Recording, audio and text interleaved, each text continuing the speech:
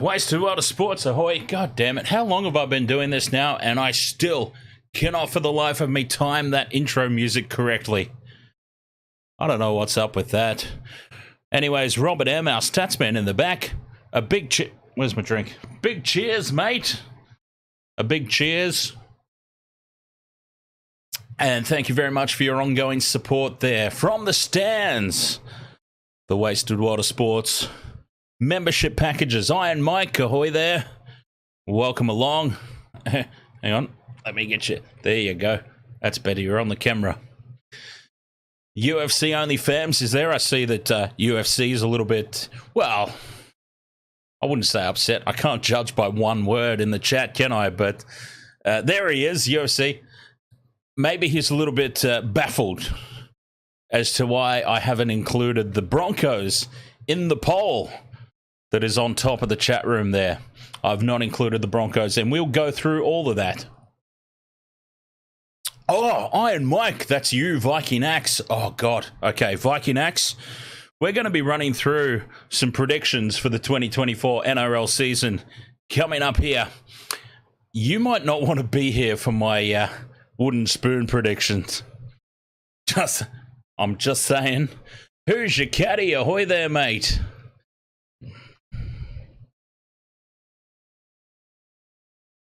Welcome back. It's so nice to see so many familiar faces in the chat room. I was just discussing earlier, whenever I take some time off like that, obviously I've been back for the rugby. The Six Nations rugby is going on at the moment. I've been doing live commentaries of that. But when you take some time off for the NRL, you do always sort of wonder, are they going to remember me? When I return, are they going to remember me? It's been a long time. It honestly wasn't supposed to be this long. We were going to be doing some podcast-style stuff over the off-season, but honestly, how can I say this? Oh, yes, we've been doing the wrestling as well. We did the Royal Rumble just recently. How can I say this? Because I'm not trying to... what's the word? I'm not trying to blow my own trumpet, but what I'm about to say might. I'm just saying what I've done in 2023. Jesus, I had to look at the date. We're in 2024 now.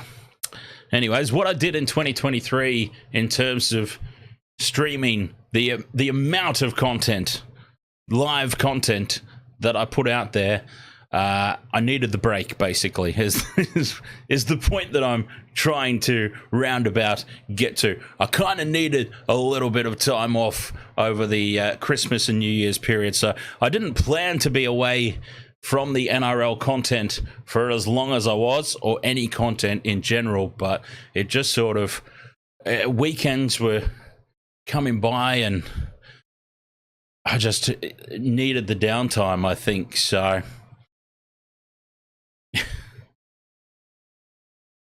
And we got some extra play time, didn't we? Yeah, all right.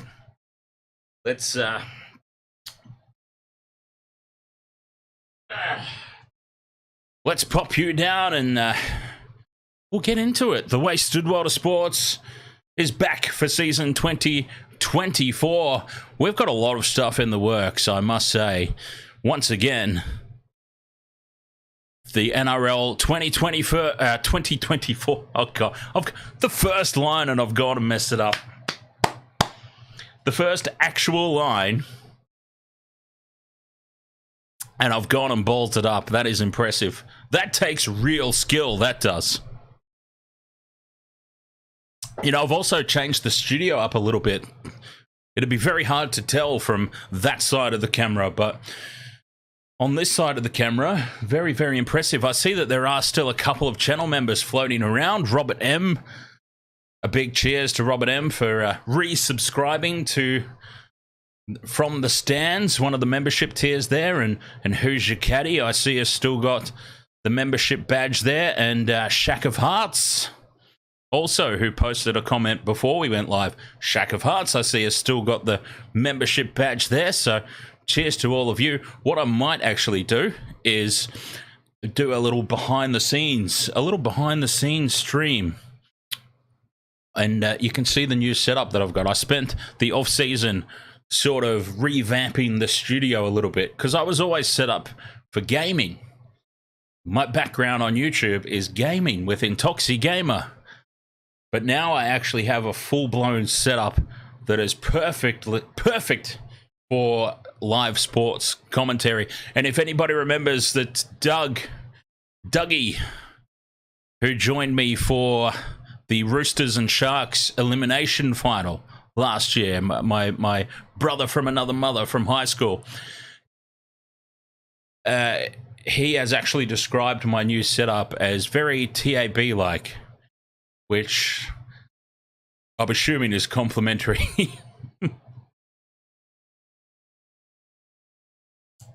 All right. Wasted World of Sports. So, yes, as I said, tipping comp is a go again. There is a QR code there for you to scan, depending on what device you're joining us from here tonight, and if you're able to scan it or not. Otherwise, just head to tipping.nrl.com and use our unique join code, and you will jump on in and you will test your tipping abilities against the Wasted World of Sports crew, which, I must say, for the past 2 years has been dominated by the Wasted World of Sports team. I won 2 years ago. The old Panther won last year. Can somebody from the crowd, can somebody from the stands jump on in and take out the bloodline, take out the family? Or does it stay within the Wasted World of Sports family for another year? All right, enough bollocksing on, huh? Let's get into some really, really bold predictions for the upcoming season. Now, I started a poll on top of the chat room there. And interesting to see, the question raised was who will be joining the Panthers in the 2024 Grand Final. Now, I have listed the Roosters, Rabbitohs, Storm and Warriors. I wanted to include another option under there for other, which would obviously include everybody else. Obviously, the limit for a YouTube poll is 4 options. So I kind of went, you know what, bollocks it. Bollocks it! There's really not that many options anyway. So let's just leave the 4 on there that I put on there. But in fairness, I think, well, we'll get to it. We'll get to who I think is going to finish where. And as we know, if you've been a subscriber for a larger length of time, you've been with us for the couple of seasons that we've done now, you will know I'm not afraid of a bold prediction. I am not afraid at all to put the proverbials on the chopping block. I make some really, really bold predictions. When I go out there, I go out there. And I swear it's not the influence of, you know, the whole wasted concept. But we'll see. All right. 2024, it's almost upon us. By the way, I should mention as well, everyone in the chat room is, oh, God, just get to your tips. Stop bollocksing on about this nonsense. We'll get there. It's all right. We will get there. The night is young. I do also need to note that I will be covering the preseason games this year. We didn't do it last year. I kind of thought, what was the point?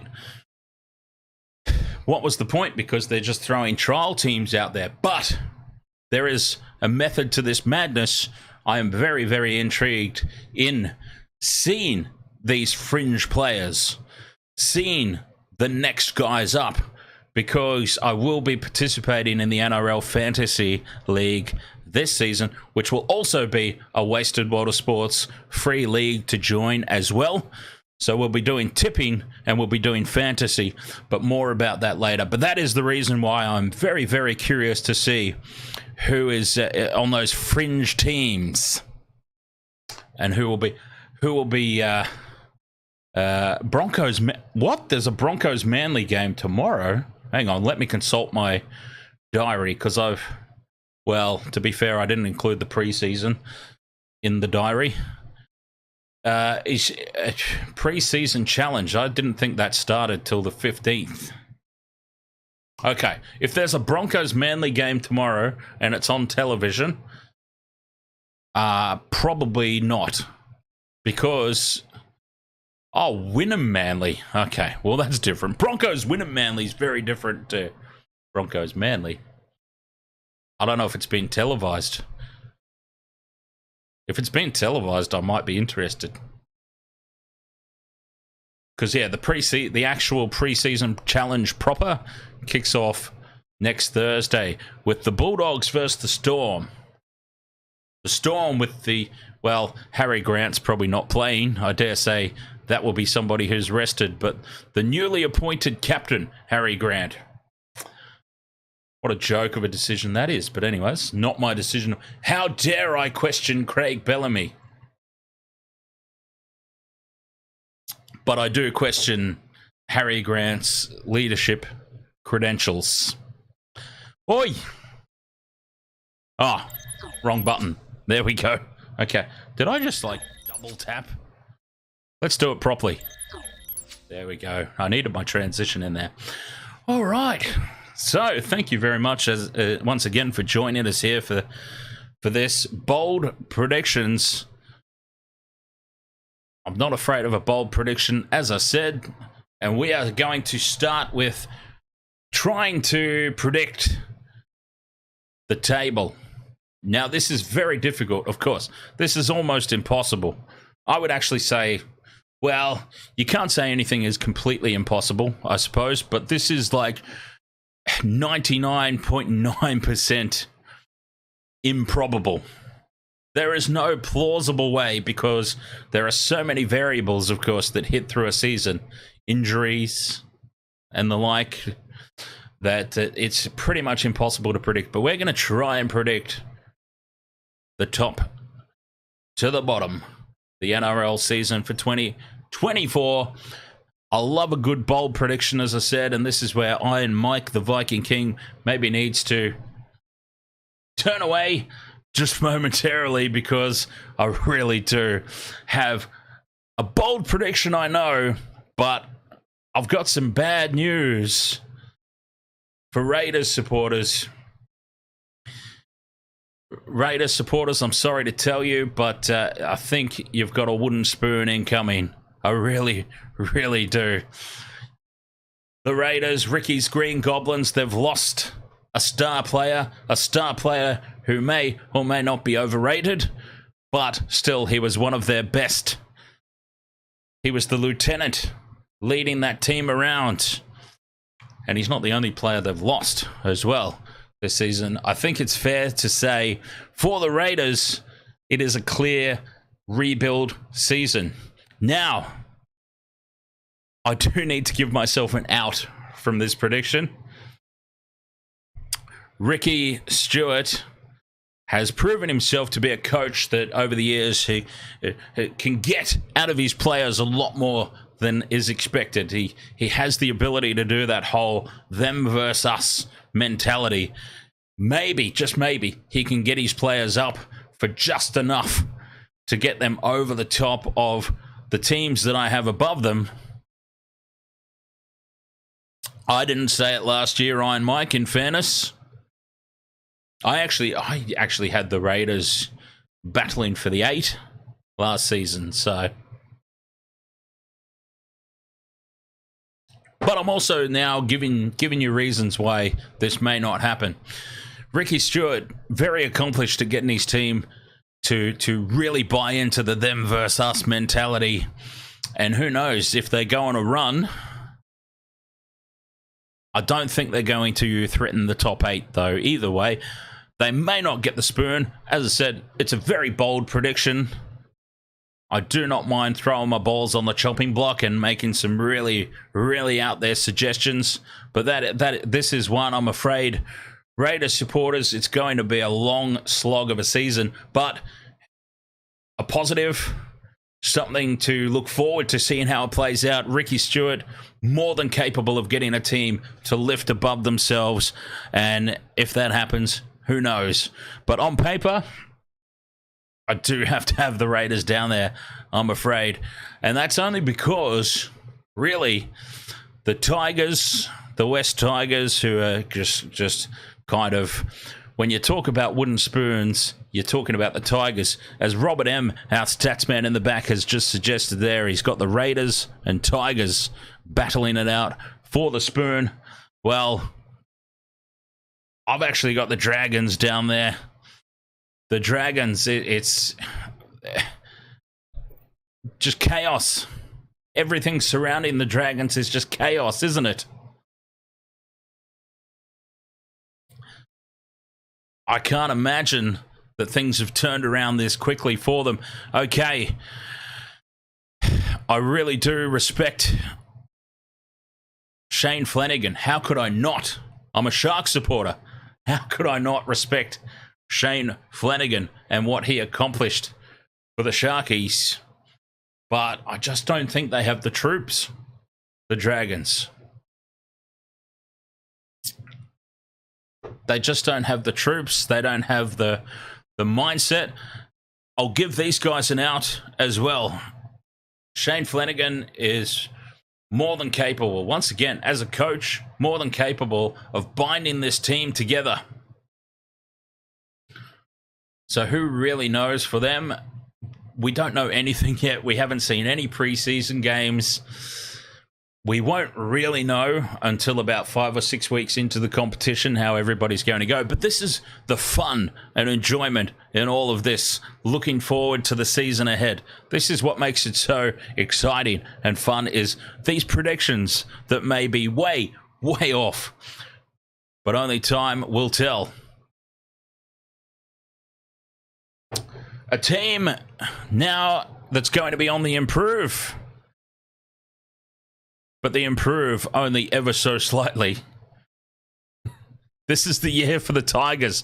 This is the Tigers' year. The Tigers' year to get off the spoon.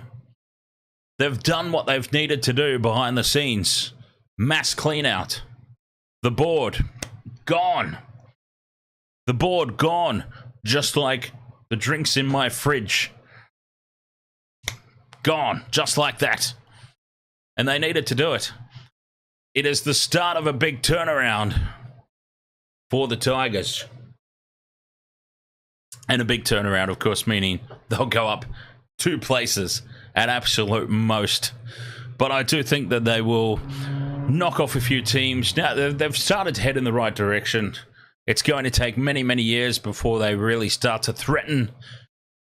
Jerome Luai is not going to turn them into and that's not happening this year anyway. But I'm talking now in future years. Not going to happen anytime soon, regardless.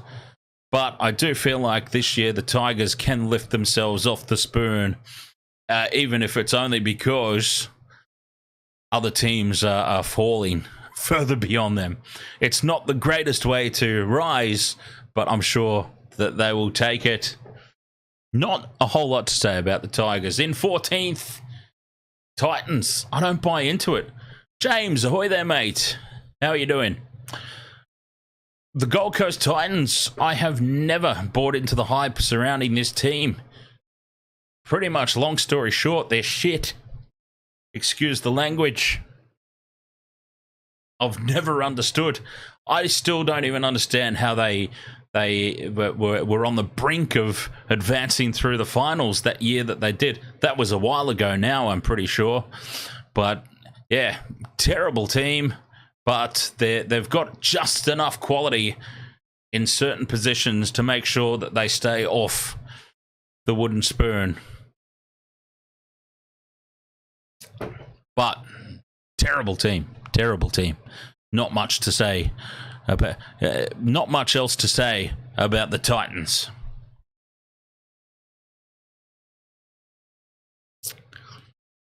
I've lost faith in this team. On paper, they should be so much better than they actually are.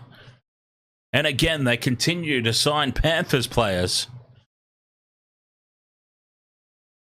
Doesn't seem to do them any good, though, does it? No, it doesn't. Bulldogs, I've lost faith in them. I've had this team turning things around and finishing in the top 8 for the past couple of seasons, and they've just continued to let me down. And I don't think that anybody that they've brought in, nobody that they've brought in is going to make any difference. I've lost complete and total faith in them. They've let me down too much. I can't back them anymore. They are going to lift just a little bit, but not all that much.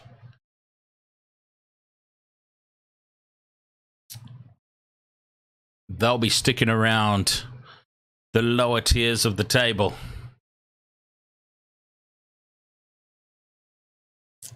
Yeah, James has got the Bulldogs top 6. I've given up on them, mate. I've lost all faith in them. I had them in the top 8 2 years ago. I had them in the top 8 last year. If they couldn't do it with the players they had then, they're not going to do it with the players they've got now. The trouble with the Bulldogs is they're a utility team. And we've seen with the New South Wales Blues what happens with a team of utility players. I would much rather see a team picked with the best players in their best positions. I don't think the Bulldogs have done that.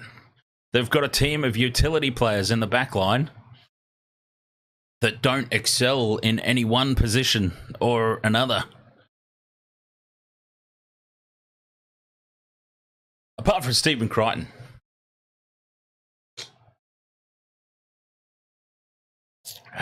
Stephen Crichton's the man.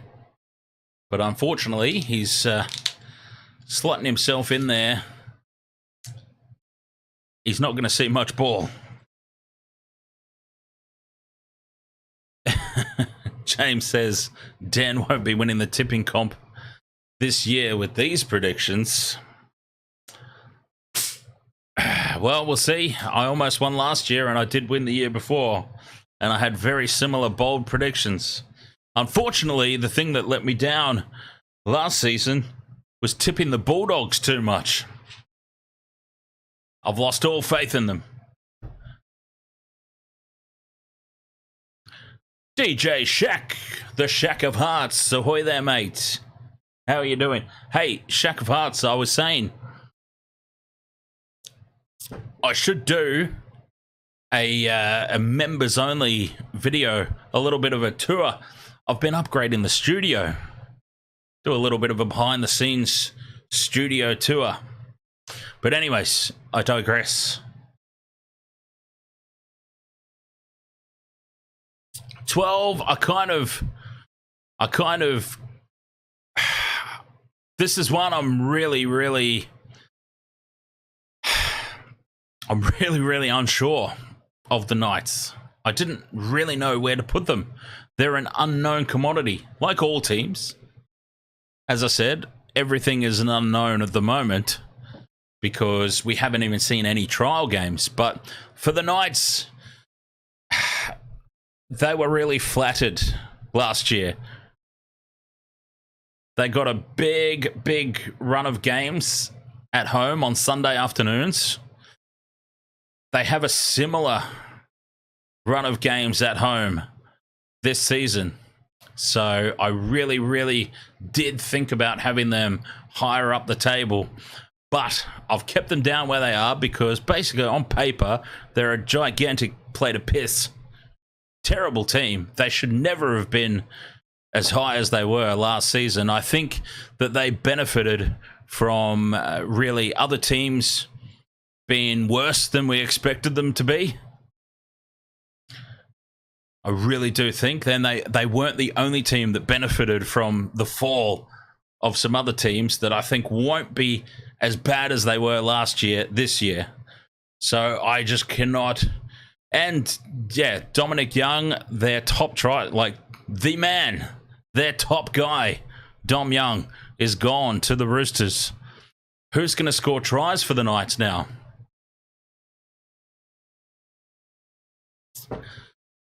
So I don't, and I think teams will be prepared for them. Teams will be much better prepared now for this trip on Sunday afternoons to Newcastle because they do once again still have a very favourable draw. Not as favourable as teams that we will get to soon, but they do still have a fairly favourable draw with a good run of games, once again at home on Sunday afternoons in Newcastle. So who knows? I mean, this is a team that could prove me completely wrong. They've got Jack Cogger coming in from the Panthers. Jack Cogger was very instrumental in unleashing Nathan Cleary in last year's grand final. Nathan Cleary has even said so himself, that basically when Jerome Luai left the field and Jack Cogger came on, Nathan Cleary said specifically, this is the guy that unleashed me, got my head back in the game, and things turned around. So I don't really want to write off the Knights, but I just think they benefited last year from the downfall of other teams, and they won some games they really, really shouldn't have. So I think they'll fall back to the pack, the Knights. They could finish anywhere from 12th to 8th, but I'm trying to be very specific here. I don't like to do predictions of like, I'm going to pick half the competition to finish in 8th spot. I'm going to be very, very specific. Anything can happen throughout the course of the season, as we know, that alters all of this. Connor Crowley, ahoy there, mate. I'm doing very well, thank you, sir. I'm throwing the proverbials on the chopping block here with some really, really, really bold predictions for the NRL season ahead. So if we have a little pause here at number 12, there is a QR code there on the screen, as you can see. If you are watching via somewhere that you can scan that, that will take you straight through to our free NRL tipping competition. The one that James thinks I have no chance of winning. Oh, you know what? This just reminded me of something else. You see in the chat room there, it says Streamlabs. Okay? Now, at some point before the season kicks off, I'm going to upgrade my subscription to the Streamlabs streaming service, which is going to allow me to customize the name. Now, remember last year we had Chuggy. Okay? What I'm going to do this season, though, is I'm going to open it up to the chat room for name suggestions for our Streamlabs bot. Okay? Chuggy's been retired because the service that I was using Chuggy through no longer exists. So we're going to have to rename that Streamlabs bot to something. And rather than come up with it myself, I'm going to let you guys do all the work. You guys do all the work and make name suggestions. How does that sound? So I can only imagine some of the bollocks that we're going to come up with. It reminds me somewhat of that. There was that thing quite a few years ago now, many, many years ago. But I think it was in England, and they opened up the naming of some boat to the public, and the big winner was Boaty McBoatface. Why do I feel like we're going to get something similar here from you lot? Huh? So, yeah, that was the thing that I sort of forgot to mention until now. We will have a Name the Bot competition.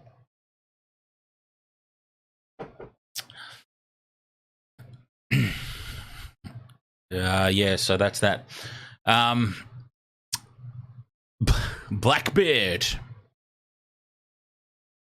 Blackbeard might be stepping on my toes a little bit. Let's have a... Chuggy did very well for us, I must admit. Chuggy was very, very good.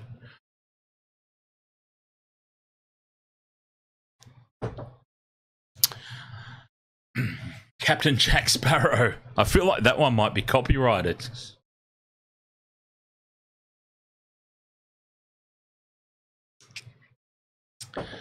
We might have some copyright issues there on that one. Well, we might have some copyright issues on Blackbeard as well. All right, where are we up to? Number 11. Whoa, we're rapidly approaching the top 8 here. So at number 11, even I've forgotten who we got here. Manly. Yeah, okay. This was another one that I really, really had to think about because Manly, once again, on paper, should be a lot better than they actually are.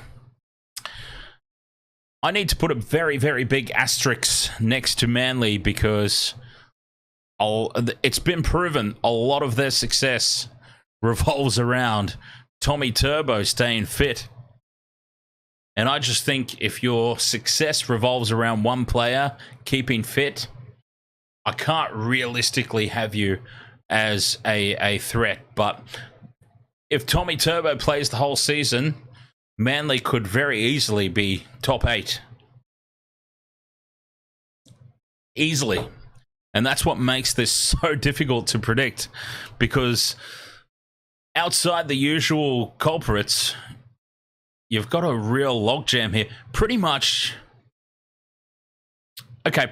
anyone from 13 up, from here on in, 13 up, any number of these teams could realistically and will be battling for a top 8 position.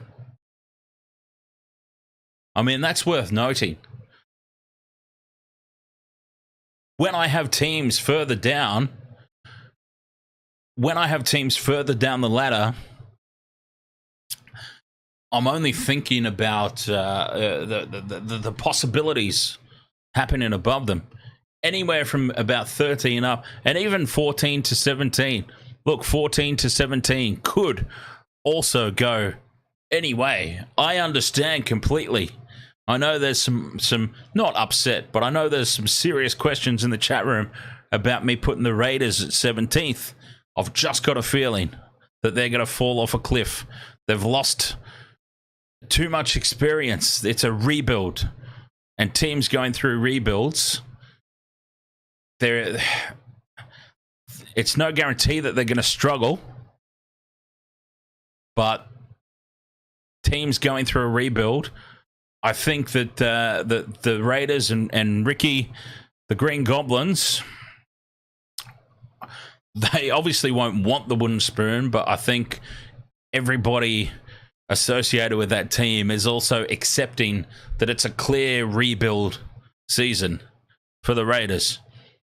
But who knows? I mean, there are so many unknown commodities. Some of these young guys that are coming through could tear the competition apart, and the Raiders could finish in the top 8 just as easily as they finished at the wooden spoon. That's why it's very hard to predict. That's why it's extremely bold predictions when we've seen nothing of the preseason. But looking at it from the outside, looking in, the players they've lost, it's a clear rebuild season for the Raiders, and that's why I have them down there. But it could go absolutely any way. I'm just being really, really bold and picking specific places. Anyways, enough of that. But yes, Manly, a top 8 finish is not out of the question for them, but the reliance on Tommy Turbo and Tommy Turbo basically being made out of matchsticks, I struggle to get behind them. I really do. Interesting. Who brought it up, actually, while I was bollocksing on about my stuff? James Intox says, don't forget Luke Brooks is at Manly now. Luke Brooks is at Manly now. Now, Tui Pelotu's gone. Has he gone this year? Let's confirm or deny this. Christian Tui Pelotu is gone. I don't know if it's this year, but I mean, that's a pretty big loss. Let's not underestimate that loss. Sea Eagles release Christian Tui Pelotu. He's been released from the final 2 years of his contract. Contracted to the Sea Eagles until the end of 2025. Tui Pelotu has been granted permission to explore other opportunities. Oh, okay, it's not even who I thought it was, so anyway. Never mind.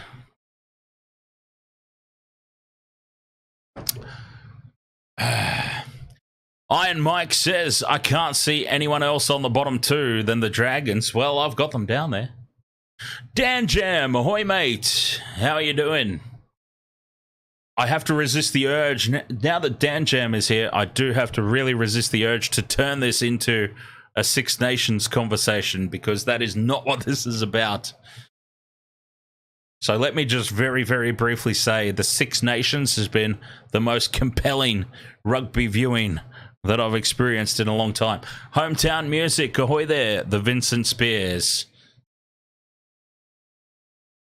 How are you doing, mate? All right, let's carry on. Let's get into the top 10.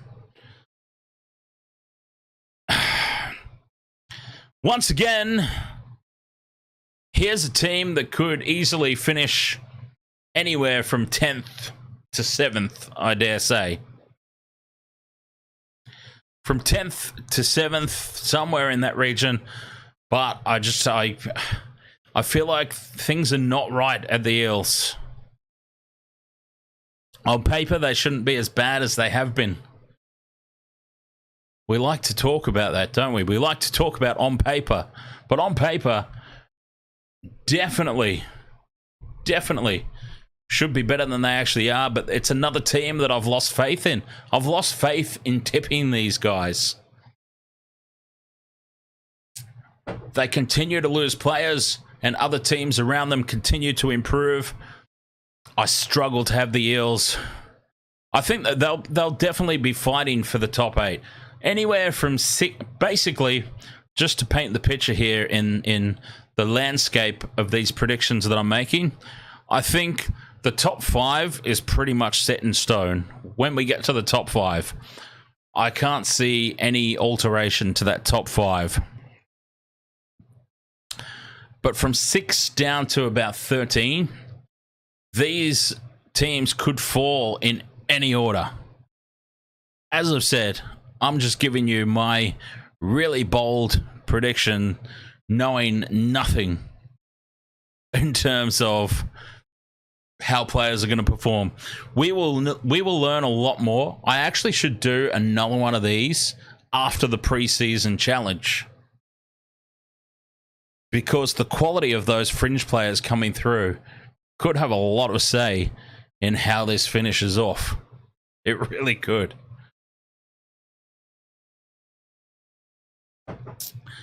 So maybe we should, just for gigs, just for a little bit of a laugh, some giggles, we should do another one of these after the preseason.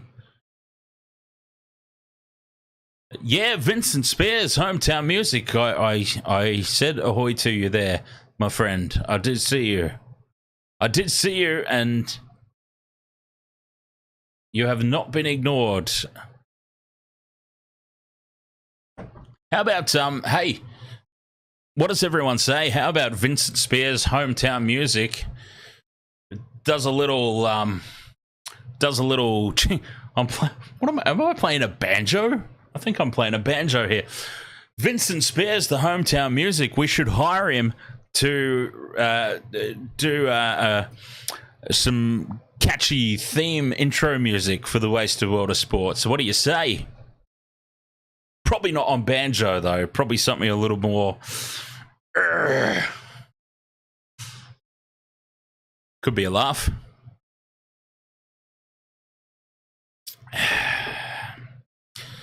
All right, I'm very curious to know where James has got the Eels, because the Eels, that's your team, right, James? That's your team? That's Heel Fry's team? I'm very curious to know where Eels supporters have the Eels finishing.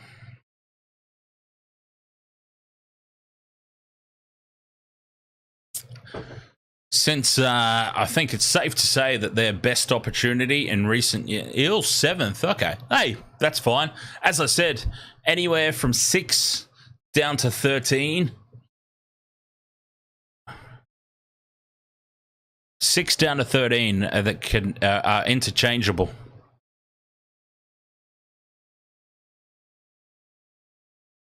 there is going to be one thing I'm sure that we can all agree on. There is going to be just an immense and really, really amazing battle for those last spots in the top 8 this year. That's what I'm thinking.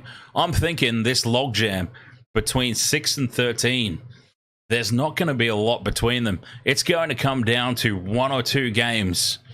Teams will be looking back and going, if only we'd won that one against the Dragons by more. Because it'll be 4 and again. I think this will be the closest the competition has been in a very long time between 6 and 13. Everything below 13, set in stone. I stand by that. Not necessarily the order. I've been very bold with the order, as I've said right from the top of the stream. That will be the order. I mean, no, hang on. I just totally contradicted myself. Those will be the 4. The 4 down the bottom, done. Lock that in.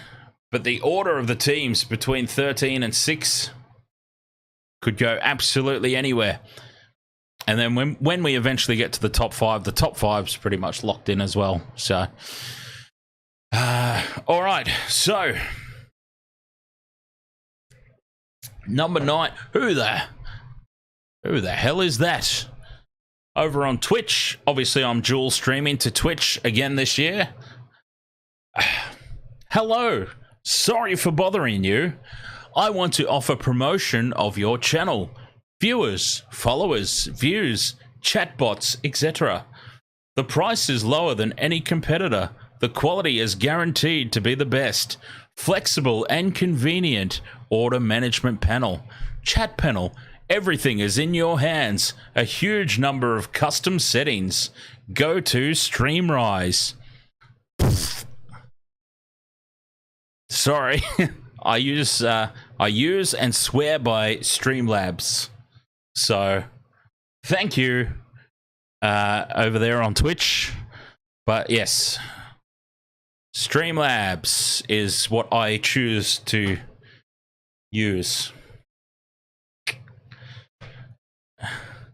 Anyways, what was I on about?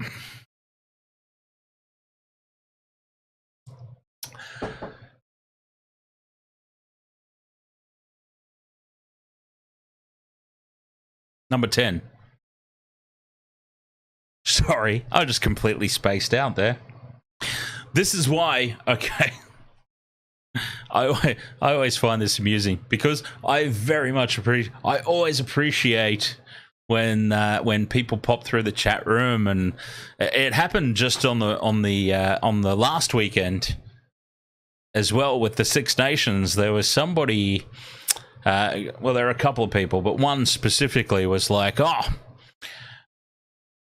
quality commentary here, quality comms on the Six Nations." I've been patching into the BBC or whatever it was, whatever channel they said that they were listening to, and they couldn't bear it anymore, so they jumped on YouTube and they found me, and it's like, "Oh, props for the quality comms. You should be on TV." And people say that, and I do appreciate it.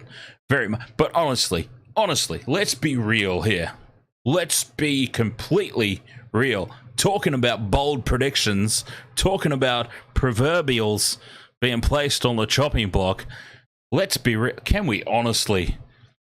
Is there a TV network that covers sports anywhere in the world that would be accepting of me? Really? I don't think so. It would be very interesting, though. Although, I'll tell you what, if I got a job at Channel 9, the after parties with me and the Johns brothers. Bloody hell.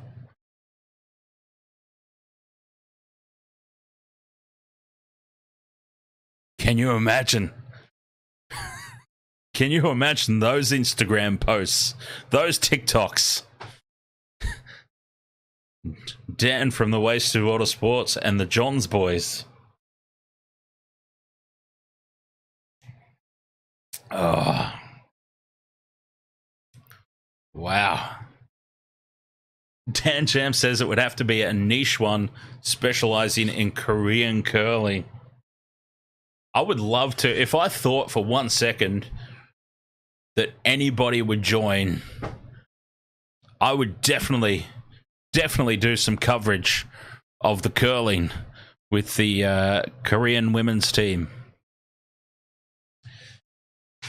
Oh, hey, this is great. This is a good little bit of fun, isn't it? The chat room is now starting to predict what my predictions may be.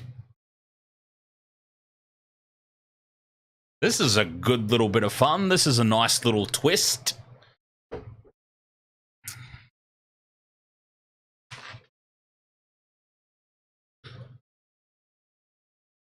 Now I've got to change everything to make sure that everybody's wrong. Hang on.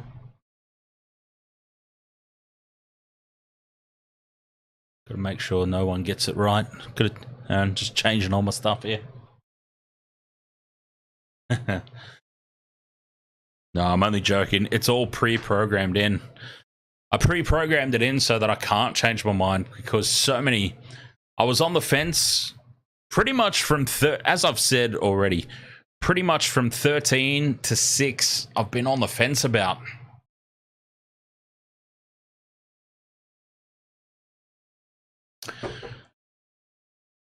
I've just been sitting on the fence with so many of these. It's going to be such an exciting NRL season 2024 because we are here talking about all the options, all the different options.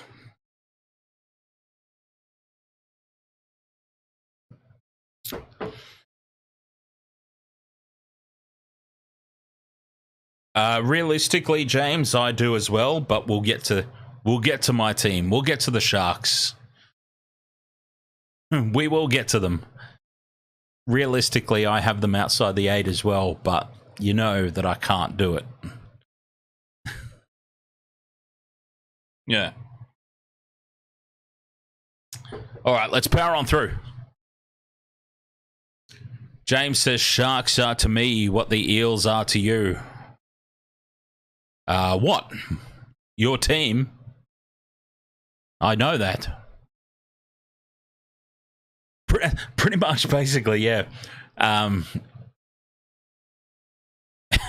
So basically, I feel like the scenario here is James, Eels supporter, not happy that I've got the Eels at 10th. I'll have you know, James, by the way, just to clear something up here, let's have a look at Sportsbet right now. Actually, we'll do that. Actually, let's do that at the end. Let's compare at the end my predictions with Sportsbet. That could be a little bit of fun. All right, so number 9, somebody did pick this. Who picked it? Oh, Jesus Christ, what have I done? Oh, God, what's happened? The whole thing's gone chaotic. It's all gone haywire. I'm pressing all the wrong buttons. Well, honestly, when you've got the thing set up like this, I don't know if you can see that. You probably can't see that, but yeah, that's not really helpful. But I was setting things up tonight in such a rush. All these little buttons that I press to switch things on the screen on and off and jump between different scenes and whatnot. All of these, they've got the same icon on them, so I'm kind of going off memory when I'm changing over to something.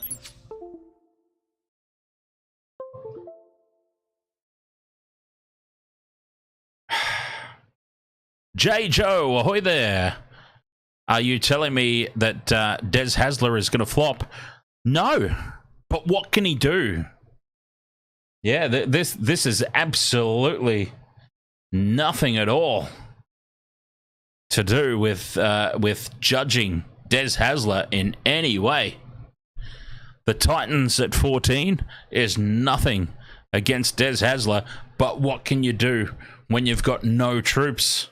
I said the same thing about Eddie Jones when he took over the Wallabies. Eddie Jones took over the Wallabies with nothing. They expected results, but what can you do? You can only do so much with the cattle that you've been given.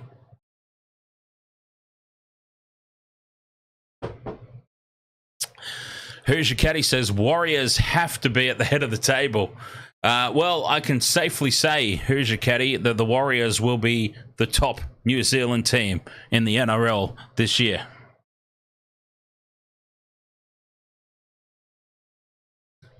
That is my bold prediction. Top New Zealand team. All right. Now, somebody predicted this. Who was it? Somebody tipped it. Yeah. Again. Cowboys at 9. The only reason they're there is because I have to have hope for my own team. I have to. What would be the point of me being a supporter of a team if I don't give them some smidge of hope?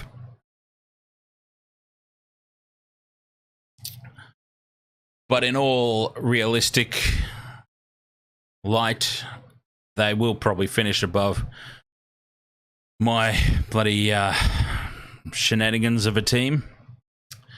But yeah, not a whole lot to say. Oh, there you go. Iron Mike. Iron Mike, the Viking King. Cowboys at 9.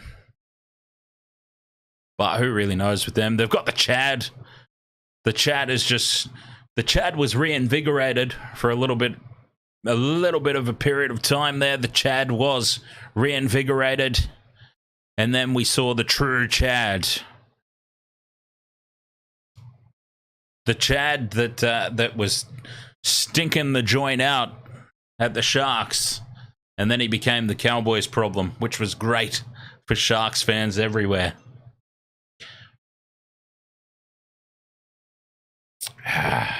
All right. Before we get into the top 8, I do have to now once again promote the Wasted World of Sports 2024 tipping competition. There is a QR code there on the screen. If you are joining us from somewhere that you can scan a QR code, there it is. Otherwise, head to tipping.nrl.com. Actually, let's see if this works. Let's see how the Streamlabs bot that we need a name for compares to Chuggy, because Chuggy was brilliant at this sort of stuff. All right. Let's see if the Streamlabs bot can compare to... Oh, that was pretty quick. That was pretty quick. I'm actually going to give props to how quickly Streamlabs jumped in there. That was great. Oh, I'm impressed by that. And James also on the ball there with the link share. Egomaniac.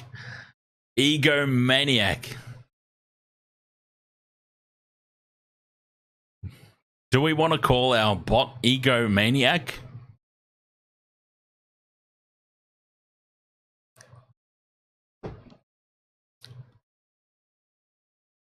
I mean, it's a suggestion. All suggestions are welcome. UFC OnlyFans says call it Cash.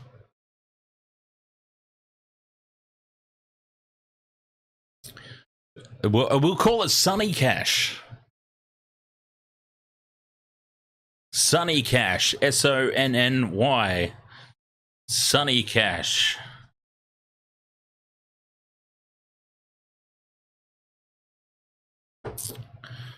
Hometown Music says call it Up the Sharkies.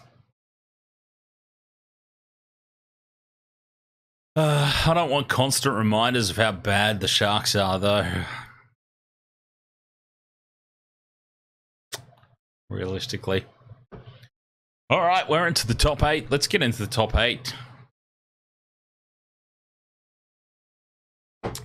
We'll run through the top 8, and then we will check out Sportsbet. I think this could be a little bit of fun. We'll check out Sportsbet and where the Sportsbet money is compared to what I have predicted. That'll be very interesting to see. Okay, so remember, from about 6 down to 13, okay? From about 6 down to 13, all up in the air. This could have gone absolutely anywhere. UFC says, yes, I'm a degenerate gambler, and this is probably why we get along, UFC, because, or actually, I probably shouldn't, you're not allowed to promote openly gambling, so I shouldn't say that I'm also one of those that you just said. I might get myself blacklisted. Oh, actually, you're not allowed to say blacklisted anymore. You know, I used to work for a library management company. This is a legitimate thing. This is how crazy the world has become. I worked for this library software company. So we used to build, if you've ever gone into the library and you've jumped on the computers and you've done a search for a book, the interface that you would type your search into, we built software for certain libraries that did that. It was around about 2022, I want to say. 2022. It actually came through, filtered through from the top, from top management, filtered through down to us, lowly designers. You have to change all references to blacklist has to be changed. Not allowed to use blacklist anymore. It's considered what's the word they said? It's socially unacceptable now to say blacklist. So blacklist every reference in our software that says blacklist, change it to barred words or something like that. It was. Are you kidding me? Anyways, that's a whole other thing. All right, so number eight, I do have my team, the Sharks. They are my team, so take my prediction of them for what it's worth. I have to back them on it. If I'm being completely honest, they're still probably a year or two away. If they can keep the core of this squad together, I do see good things for them. But if I'm being really, really brutally honest, probably, yeah, they probably aren't finishing there. Because again, they will be the victims of other teams improving. There are other teams that are on the rise this season, I believe. But they are my team. I have to back them. I just can't slice it. As biased as I want to be, as biased as I can be, there is just honestly no plausible way I can slice this to have them any further than 8. I feel like they're my team. I've been generous enough to them. I really, really hope that I'm wrong. But I've been as beneficial to them as I possibly can be. I can't see them being anywhere above 8th if they get into the 8 at all. I do have a sneaky suspicion that the Cowboys finish ahead of them. I've got a sneaky suspicion the Eels finish ahead of them. I've got a sneaky suspicion that a fully fit Tommy Turbo all season long Manly finishes ahead of them as well. Yeah, the Sharks, for mine, they're my team. I have to go for them. I've got to put them in there. I have to hope. I have to hold on to some degree of hope that they sneak in. But I tell you what, they'll only just sneak in if they get there. They do have a fairly decent draw. They don't have the easiest draw. We'll get to that. Don't you worry. We will get to that very, very soon with the team that does have the easiest draw. But they've got a kind of favourable draw. So who knows? they could just sneak into the top 8. Fingers crossed. Fingers crossed there for my Sharkies. All right, before we carry on any further, I'm going to do the old usual quick break. So I will have a very quick break and we will power on through the rest of this top 8. All right.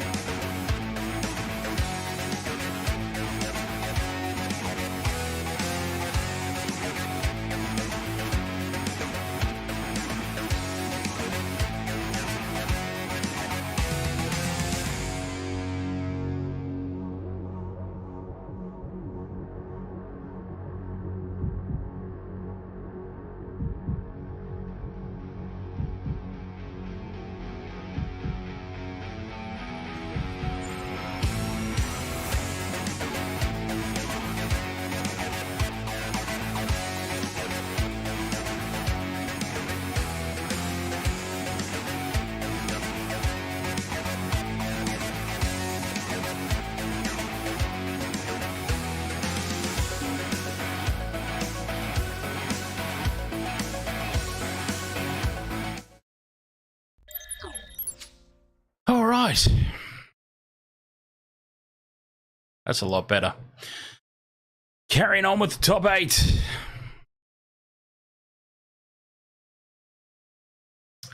So yeah, just to recap, Sharks at 8. James. Okay, James has come up with the current winner. I'm going to officially say this is the current winner. In the lead at the moment. Remember, we've got up until the season proper starts to officially name it. But James has come up with the winner so far. Spilly Dilly. I'm just going to have fun saying that. If nothing else. Mr. Ed's dead. Ahoy. Finally, somebody normal over on Twitch. Nice to see you there, mate. Spilly Dilly. I'm going to have fun saying that. And I can only imagine the number of times that I do actually say chili somewhere in there. Spilly, chili, chili, dilly. I'll get it all wrong, especially when we're about the 3rd game in on a triple header on a Saturday afternoon. Okay, that's the winner so far.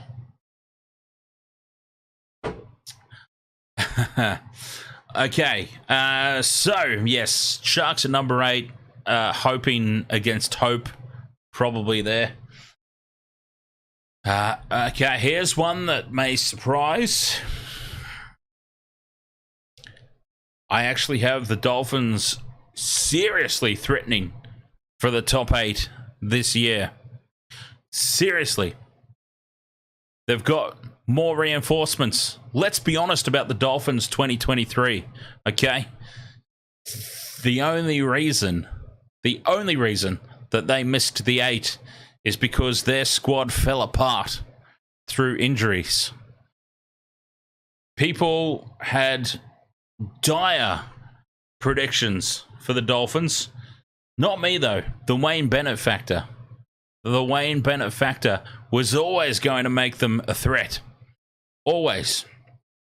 They fell over through injury. The season was just a little bit too long for them, and they fell to pieces. They've got the reinforcements now. Don't think that they're going to fall apart again. Even if they cop the same injuries, if they get the same injuries that they had last year, this year, they have the troops now to cover it. The Dolphins are a serious threat this year, and if they can stay completely fit and healthy, I think they're a definite for the top 8. Every team is going to experience some sort of injury issue throughout the course of the competition. They've got the troops to cover it now, so I don't have them any further up. They'll be in that fight between 6 and 13. As I've said, after every prediction, 6 and 13, you could spin them around any which way, depending on anything. Absolutely anything could happen. But I do have the Dolphins a much more serious threat. Not to the competition. They're not going to win the comp. But they are definitely going to shake things up in the top 8, in my humble opinion. Which brings us to number 6. The Warriors. The Warriors will slide. I feel like the Warriors benefited from... They were another team that no disrespect to the Warriors, but they are another team that benefited from just other teams falling to pieces last year that I don't think are going to fall to pieces this year. There are some teams that really just fell apart and didn't live up to expectation for various reasons that I think will have their act together in 2024. The Warriors will be a victim of that. There's other teams that are a victim of that as well. The Sharks, my Sharkies, they'll be a victim of other teams improving. I still have the Warriors with enough to get into the 8, but I can't have them above 6. I can't have them back in the top 4. I just can't.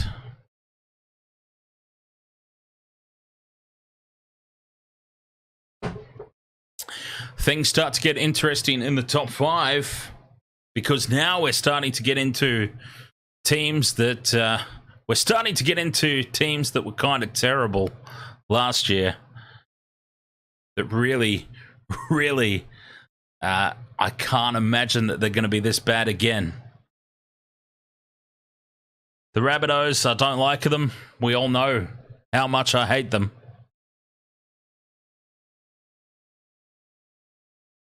I cannot stand them. But they are going to be a lot better than they were last year. I mean, let's just face it. The Souths are a team that cannot possibly be as bad as they were in 2023. I mean, I really hope they are. It'd be great if they are. I won't lie. I actually had them in the top 4, but Campbell Graham, South's best player, hands down, their best player, one of the best players in the competition, out injured for 6 months. If we had have done this video last week, I had Souths in the top 4.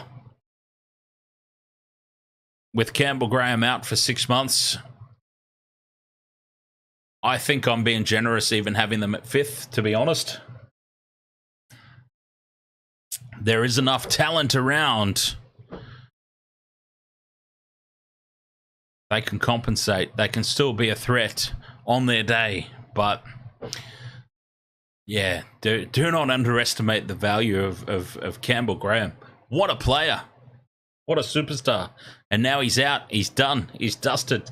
6 months.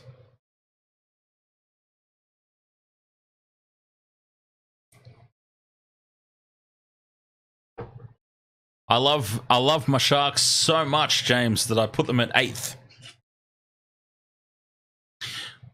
Although, as I said, I can't realistically have them any further than that, if they even make it. Just lacking in the forward pack. If we can jump back to the... Thanks, James. If we can jump back to my Sharks for a second, they're just lacking in the forwards. Realistically, we all knew that Nico Hines was a development piece. He was going to be a work in progress. We all knew that Matt Moylan was absolutely stinking up the competition. He's gone now. That's a plus. Matt Moylan's gone. Braden Trindle, who should have been starting, gets to start. we've lost Connor Tracy to the Bulldogs. That's unfortunate, but Will Kennedy was always going to be the starting fullback regardless. Will Craig Fitzgibbon have the courage to send Talakai back to where he came from in the forwards? Or is he going to persist with him as a centre? That's going to be a big wild card for the Sharks for mine. Talakai, if Talakai is in the centres again this year, Sharks, 8th, 9th, 10th, 13th. If Fitzy actually has the balls to put Talakai back to the forwards and have an actual centre playing in the centres, who knows? Maybe the Sharks go better than 8.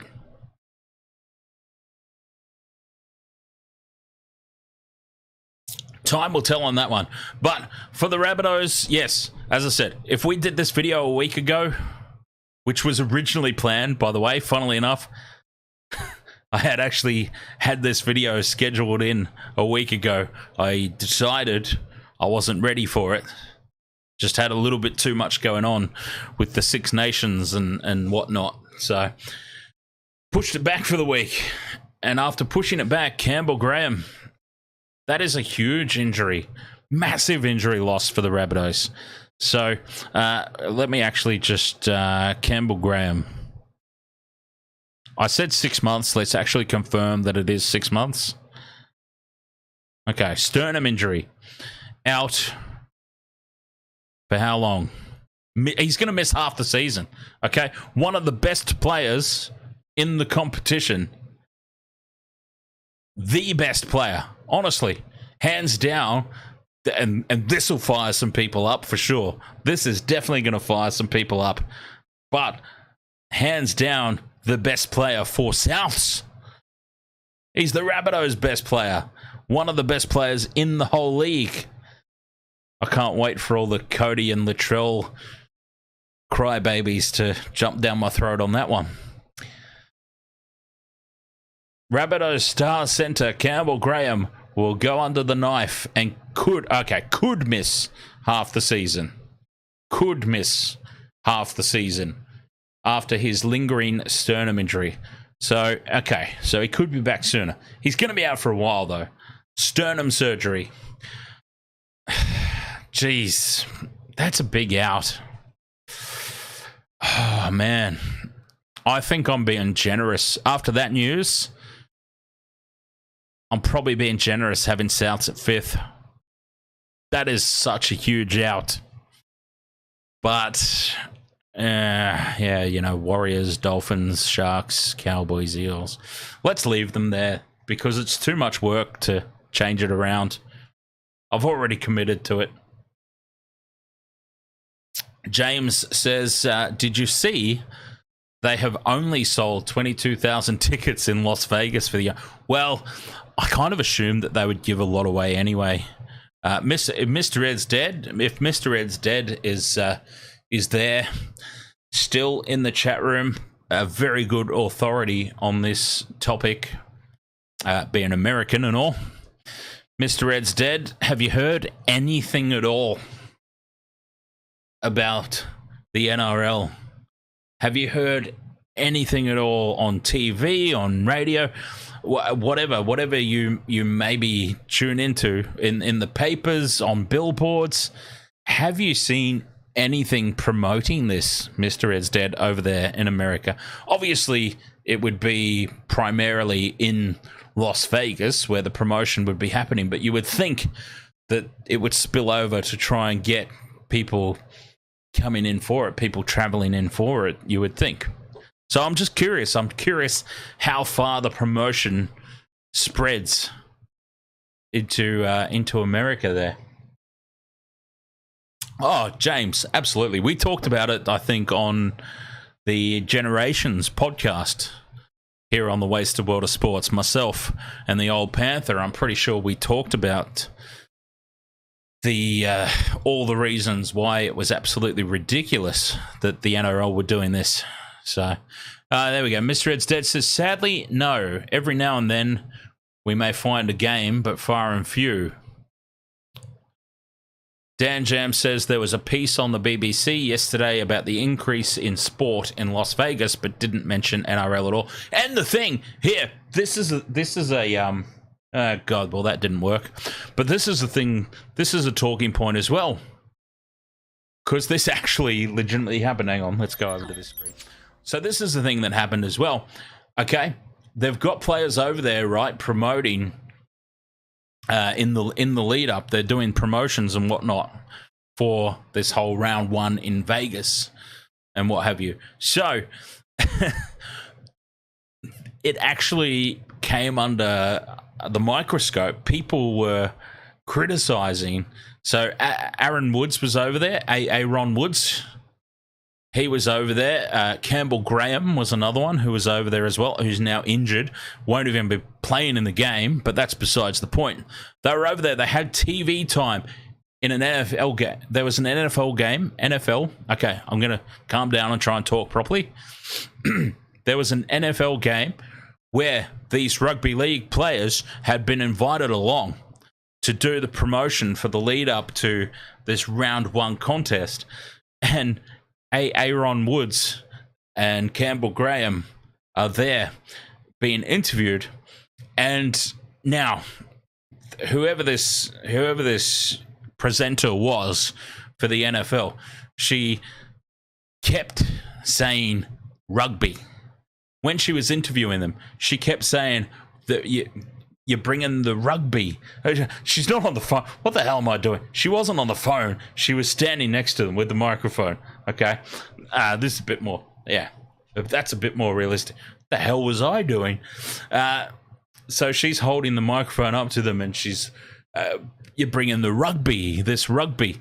And they kept saying throughout the course of this interview, rugby.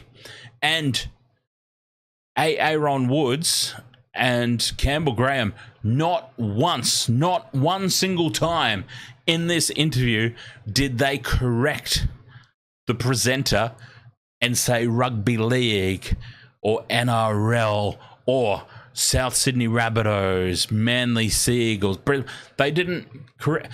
The whole interview was about the rugby is coming to America.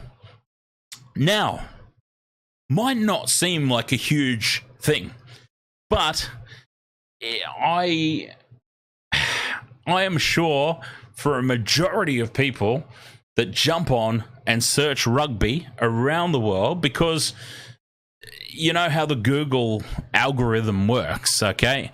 Google search results are different depending on which part of the world you're in. It might be a completely different result. Now, if we here in Australia search rugby, we're more likely to get rugby league results. But I can almost dead set guarantee that anywhere else in the world, America specifically, but I reckon in America specifically and most other places, if you search rugby, you are going to get rugby union.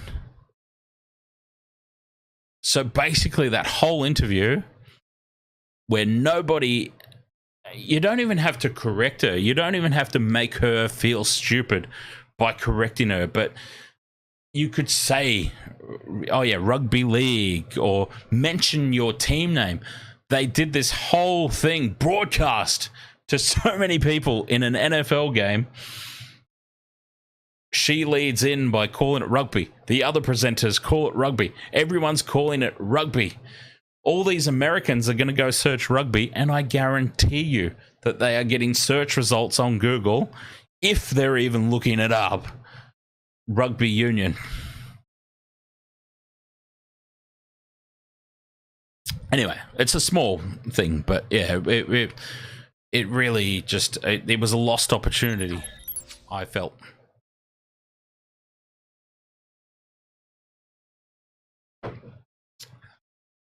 Jake Ponchi, ahoy there, mate. Welcome back for another year. James says, isn't promoting a brand or product, you use the correct name. Would you promote Woolworths by saying shop or supermarket? Yeah, can you imagine Woolworths? Honestly, imagine Woolworths doing a campaign, and rather than putting the Woolworths logo up and saying Woolworths, They just promoted supermarket. Exactly, James. Exactly right, mate. This is what I'm saying. They wouldn't. McDonald's wouldn't do a thing and just go fast food. McDonald's, the Golden Arches. Because if you search fast food, you're going to get Hungry Jack's, you're going to get Subway, you're going to get Carl's Jr. Search supermarket, you're going to get Woolworths, you're going to get Coles, you're going to get Aldi, you're going to get IGA. Search rugby, you're going to get Rugby Union. It's ridiculous. Anyway, we're into the top 4. Let's get into the top 4. Okay, Campbell Graham, back on track. Campbell Graham is out injured for probably half the season, which means he's going to miss Origin as well, which we will get into. We will also talk about Origin. We're going to be talking about State of Origin later, after this. And we're going to discuss whether Queensland win 3-0 or 2-1. Because those are really the only options. All right, let's go. Top 4. Who do we think I've got in the number 4 spot? Oh, Mr. Edstead says we do have a team called the Eagles. Is it Philadelphia? Am I correct in that? Is it the Philadelphia Eagles?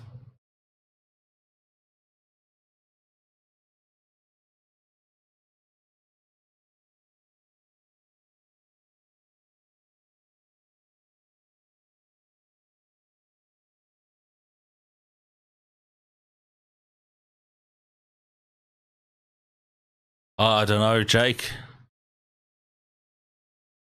It is the Philadelphia Eagles, yeah. I don't know what you did. I feel like all you did was ask a question. Maybe there's like a... maybe James is preempting why you are asking where Vopsy and Heel Fries are, because didn't you guys have beef? I could be remembering this incorrectly. Okay, I'm raising my hand and saying I might be remembering this incorrectly, but didn't you guys have beef last season? Maybe James is just preempting. Or was that another Jake? UFC Only Fam says, no! Terrible analogies. It's more like milk. The product is milk, but there are different types. Hence, we specify the type of milk. Isn't that basically exactly the same analogy? It's like milk, types of milk. My analogy was supermarket, Woolworths, Coles, IGA, Aldi, fast food, McDonald's. Are we just on completely different types of drugs, UFC? UFC and I are just on one's on acid, one's on shrooms. And we can't understand each other. By the way, I do like that. Sounds like one hell of a party, huh? Speaking of which, Wasted World of Sports going on tour this year. Haps and circumstances will be leading me to doing a little bit of a live shenanigans in Sydney and Melbourne this year, potentially around the end of April, early May, depending on if things fall into place. So who knows? That could be a party that happens. Get on the shrooms and the... Anyway, I probably shouldn't be announcing such things. I mean, the tour I can announce. Yes, I will be... Never mind.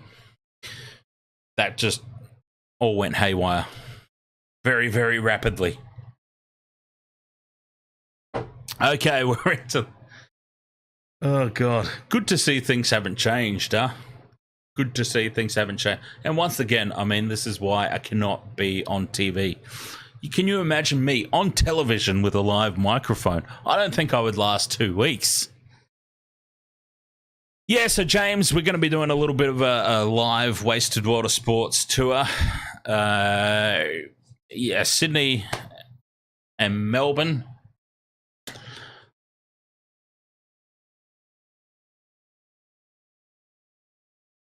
We've got a few. I can't say too much. The absolute most I can say is that we have a couple of sponsorship opportunities in the works right now with companies, with venues in Sydney and Melbourne. That is, I can't name names, but that is the absolute most I can say at the moment. And should those get across the line in time, we will be doing a lot of cross promotion, which will lead to actually physically doing a stream from said venues at some point throughout the course of the year. As I said, likely end of April, early May, should everything get across the line. But that is the absolute most that I can reveal at this particular point in time. There's a lot of stuff to work out behind the scenes before any of it can be made official, before any names can be dropped. But do keep an eye out for that. Some live Wasted World of Sports shows in Sydney and Melbourne this year.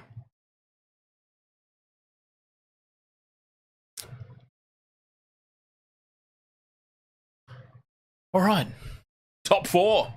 Who do we think of? Who's in the top four? Well, we know who's in the top four because by what's the word? Order, by process of elimination, we know the four teams remaining based on the list that's already up there. So, who is going to be the four, and which order are they going to appear in?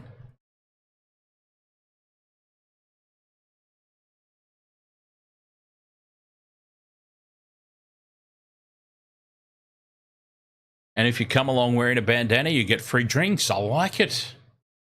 Free drinks all night for me.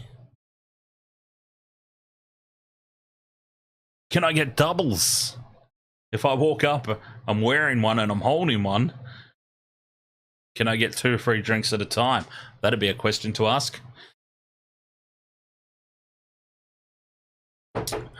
All right, so top four.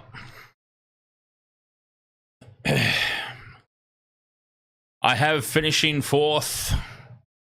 It really, really pains me to have them here. It really does. I've got the Broncos in at fourth spot. Geez, I don't think the Broncos could realistically even miss the 8, but they have got the easiest draw in the entire competition. The Broncos have got the softest draw. They had the softest draw in 2023. They've got the softest draw in 2024. They'll definitely be in the top 8. They could miss the 8 if other teams prove me wrong and play above what I'm expecting them to. But yeah, Broncos for mine. They have a soft enough draw to finish in the top 4.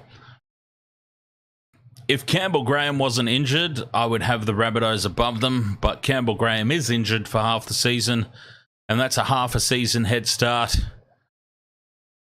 Together with the softest draw in the competition, the Broncos will be top 4 bound. You can lock it in, but I have them in 4th spot, as much as it pains me to have them there. But they'll be absolutely no threat. They'll be out in straight sets in the finals. The Broncos, they've got the softest draw, as I said, so they'll finish top 4, but they are absolutely no threat. Other teams will be on the improve this season, whereas the Broncos, they've already overaccomplished. For the team that they've got on paper, they've already overaccomplished in season 2023. I can't see them doing it again. I really can't. Despite the fact they've got the softest draw in the competition, a top 4 finish is probably on the cards for them, so I've got them there. But yeah, straight sets exit for the Broncos.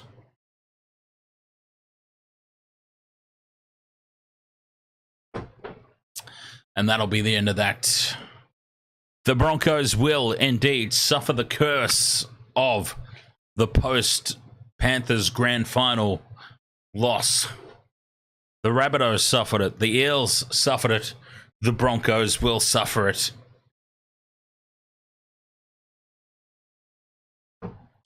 You lose to the Panthers in the grand final, you're on the slide. But the only reason I have them so high, as I said, the only reason that they are where they are is because the draw. Honestly, the Broncos have the piss easiest draw in the entire competition. They really do. And if you don't believe me, let's honestly have a look at it.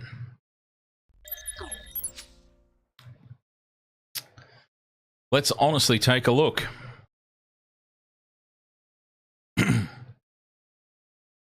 Oh, I'm in the preseason challenge. It might help if I'm actually on the premiership. All right, now let's go Broncos. All right.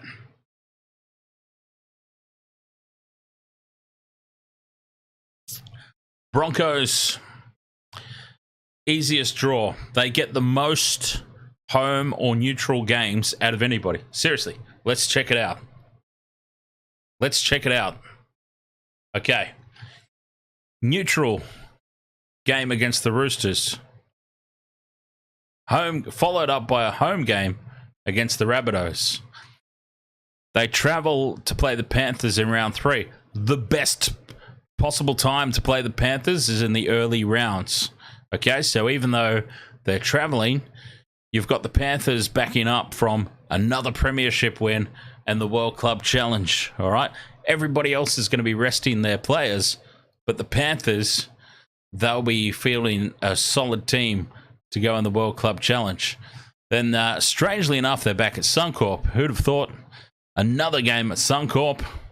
They do have to travel to play the Storm, but then it's back for 2 home games at Suncorp Stadium. They get to travel to Campbelltown. Wow, that must be really terrifying. And then they're back at Suncorp. Away against the Eels, very nice. An away game against Manly, but at Suncorp Stadium. Followed up by a game at Suncorp Stadium against the Titans. And then a bye. And then again at Suncorp Stadium against the Sharks. They have to travel against the Rabbitohs. But, oh, God, poor Broncos, all that travel that they have to do. Let's give them a bye in between traveling to Sydney and then going to play the Warriors. But then they can be back at home for 2 weeks in a row to play the Panthers and the Dragons. Off they go to Newcastle, but then they're back at Suncorp for the Bulldogs. 10 minutes down the road to play the Titans. And then the Cowboys, and then they get another nice little... They had a couple of weeks where they had to travel down and up the highway. Let's give them a bye so they can rest up for another game at Suncorp against the Eels. And then they've got to do all that travel against the Dolphins at Suncorp Stadium. And they finish off against the Storm at Suncorp Stadium. The absolute easiest draw in the entire competition. So they're at top 4. If they don't finish top 4, serious questions have to be asked, basically. But all it takes, really, an Adam Reynolds injury away from that team missing the top 8. People like to jump on. They're piling on poor Adam Reynolds for the grand final loss. Yet Reece Walsh, who was continuously out of position,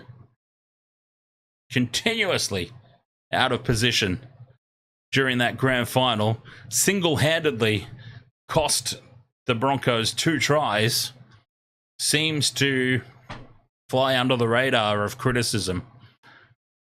Even Gordon Tallis is jumping on Adam Reynolds for that grand final defeat. It's like, really? How about some blame gets leveled at the most overrated player in the entire competition for being out of position constantly? And if you don't want to take my word for it, if you think I'm just jumping on the Broncos because I dislike them, and I do, I admit it. Even Billy Slater, Queensland's own Billy Slater, one of the greatest fullbacks to ever play the game, multiple times during commentary, he pointed out moments that Reece Walsh was out of position. Rewatch the Channel 9 coverage and Billy Slater's commentary. The number of times throughout that game that he said, Reece Walsh has just missed his assignment there. Reece Walsh, lazy defending out of dummy half there. Lazy in behind the post. It's not just me. Billy Slater. If you're disagreeing with me, you're disagreeing with Billy Slater as well. Just so you know.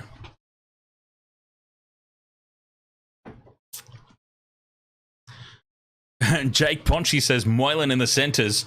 Moylan in the centres over in Europe. He's joined the Super League. Matt Moylan is finally gone. Matt Moylan, someone else's problem now.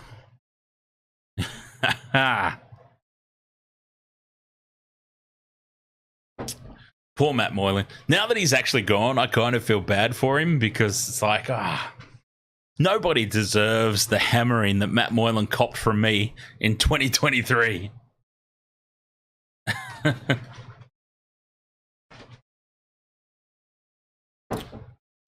All right, number 3. Jeez, I don't even know. This could be the year. The only reason that I have Melbourne at number 3 is because it's Melbourne. Every time we start to predict the downfall of the Melbourne Storm, they just keep bloody rising.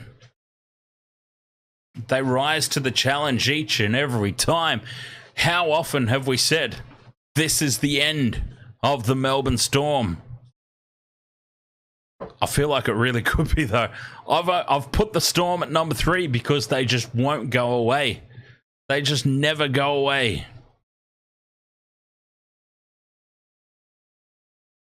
They just never, ever, ever go away.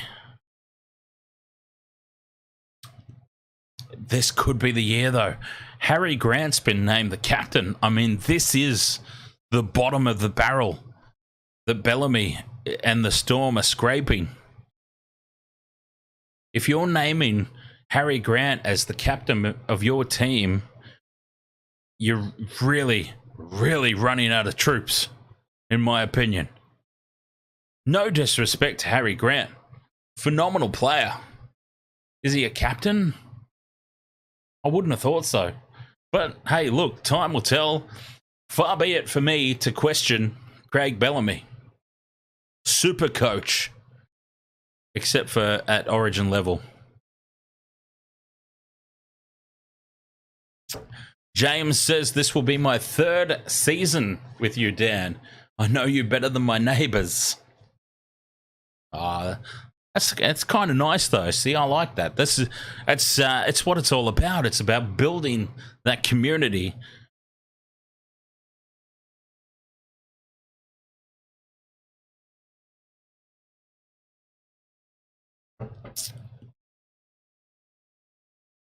All about building that community and yeah, it's good. It's good. It hits right in the Hartle region. Mr. Ed's Dead says, lol, I like him a lot better than most of my neighbors. Well, Mr. Ed's Dead, this, the whole sports channel thing is still relatively new to you, I suppose, in a way. But Mr. Ed's Dead, you've been following my YouTube journey for what, 6 years? Maybe 5 or 6 years.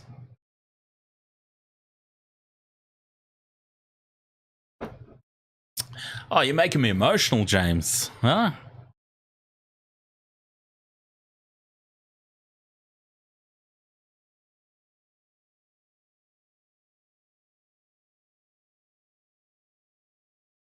More than 6. Possibly. Quite possibly so. Yeah, Mr. Ed's Dead has followed me over from my gaming channel, Intoxigamer, which will be coming back this year as well, by the way. Speaking about resurgences, resurgences. Speaking of comebacks,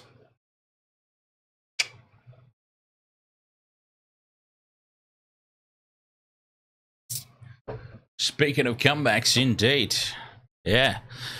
Mr. Ed said, a subscriber over there on my Intoxigamer gaming channel followed me over to the sports.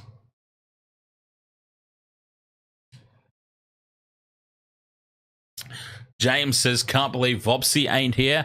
Heel Fries as well. Heel Fries, I'm surprised, wasn't even at the wrestling stream.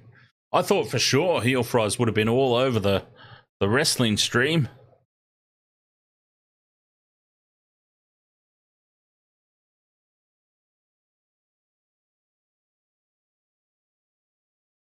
UFC OnlyFans says, ride or die with the D Cash. If I release a Daddy Cash t-shirt, UFC, and it gets 0 sales, it's got to have at least 1 sale, right? If I release that t-shirt and it doesn't get 1 single sale, I'll be on to you, mate. James says he must have found a girlfriend. Well, good for him. Very good for him, if he has. Jake Ponchy says, Vopsy and Heels hate me. I don't even remember what bloody happened. I just remember there being a thing last year. I can't remember what. Let's not even try and remember it, okay? Let's just leave it in the past. Maybe everybody's forgotten too. Mr. Edstead says, you helped me. You helped make rugby more. You helped rugby make more sense. Kind of still at a loss with kicking it back and forth. Well, it's like if you think about it as a game of chess, Mr. Ed's Dead.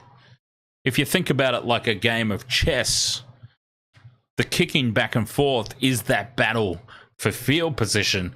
So I don't know how familiar you are with chess, but if you think about, and this might be another analogy that UFC disagrees on because of the different drugs that we're consuming. Not that we... anyway. Yeah, so, yeah, if you think about the back and forth, it's like surrendering a pawn, isn't it? Like you put a pawn out into the firing line as an attempt to lure the opposition players in, don't you? The pawns are sort of, you can get rid of them. It doesn't matter. If you think about the kicking back and forth as a pawn in chess, that's what you're trying to do. You're putting your pawn out there, trying to get the opposition to make a mistake, which leaves an opening for you to make a set play with one of your more important pieces. Does that make sense? I feel like come on, UFC. I feel like that's a good analogy, that one. You got to give me that one, yeah? We've got to be smoking the same hash.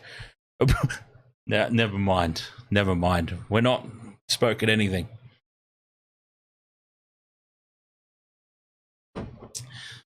Anyways, what's happening here in this stream? The last 2. Yes, okay. All right. Process of elimination says if you've been following along, you've probably figured it out already, because via the process of elimination, we've only got 2 teams left.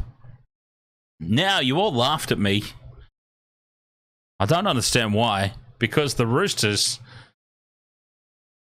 if they stay fit, they've got a team and a half. I mean, have you seen their signings?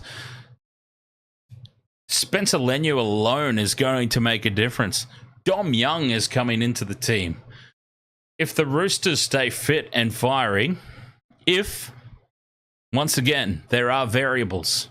If the Roosters keep their best team on the paddock, their best team, which now includes Spencer Leniu and Dominic Young, on paper, that is a premiership team. And I can't understand why anyone would think it's not on paper. Now, as we know, on paper does not equate to on-field results. But I think it's time. They've been down for too long, the Roosters. They have been down for way too long. If they can stay fit and keep their best on-paper team on the field, they will be up there. The only reason why I don't have them higher is because I've predicted them to be higher for long enough. And like the Bulldogs, who are lingering down there in 13th, they've let me down far too often. And I don't know if I can back them any further than I already have. That's the only reason. I've had a Panthers-Roosters grand final predicted for the past 3 seasons, and then the Roosters have just fallen to pieces. They've fallen apart on me. Injuries, lack of form, but I feel like they're sorted this year.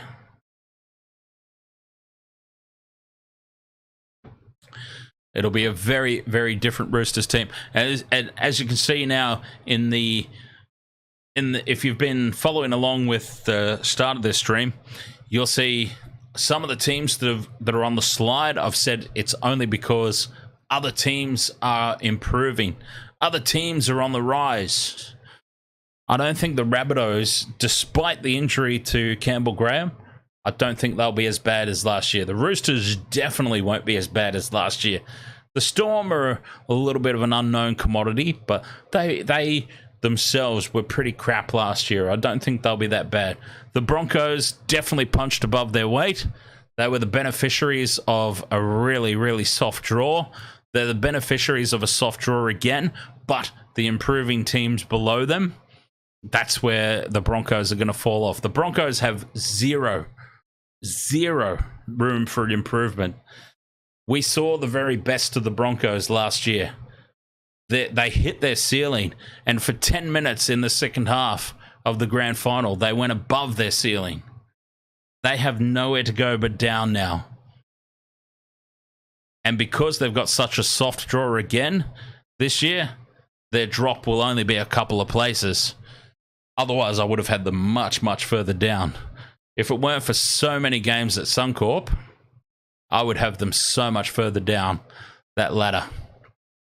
And if it weren't for the injury to Campbell Graham, I would even have the Rabbitohs in the top 4 above the Broncos. So with all that done, obviously, number 1, it should come as no surprise. Panthers, minor premiers again. They're a machine. The machine is not ending anytime soon. Despite the players that they're losing, it's going to be a few years. What the Panthers have built, it's going to be a few seasons before they start to fall back to the pack. Honestly, they've got such a machine set up there. Next man up. It will take a few seasons. Other teams are getting wise to it. If you've noticed that quite a few players from the Panthers juniors, like that next level down, the New South Wales Cup or whatever it's called, you may have noticed more and more players are starting to get pilfered out of that Panthers system. It will come back to bite them at some point. At some point. Teams have cottoned on. The other teams have caught on let's sign the Panthers juniors because we know they're going to be good. They're proven to be good. So eventually that will have an effect. I just don't think it's going to have an effect this year. A couple of years down the track, I feel like the Panthers... Hey, James, I had to match it. I had to match it up, mate. There's 17 teams. Hey? You're just looking for something to conspirarize about. Is conspirarize a word? Conspirarize is a word now. You're just looking for something to conspirarize now. I had to make it bigger than the others to match the grid. There's 17. If there were 16 teams and I made the Panthers one bigger, then you can have a go at me. But when there's 17 teams and uneven, somebody's got to be bigger.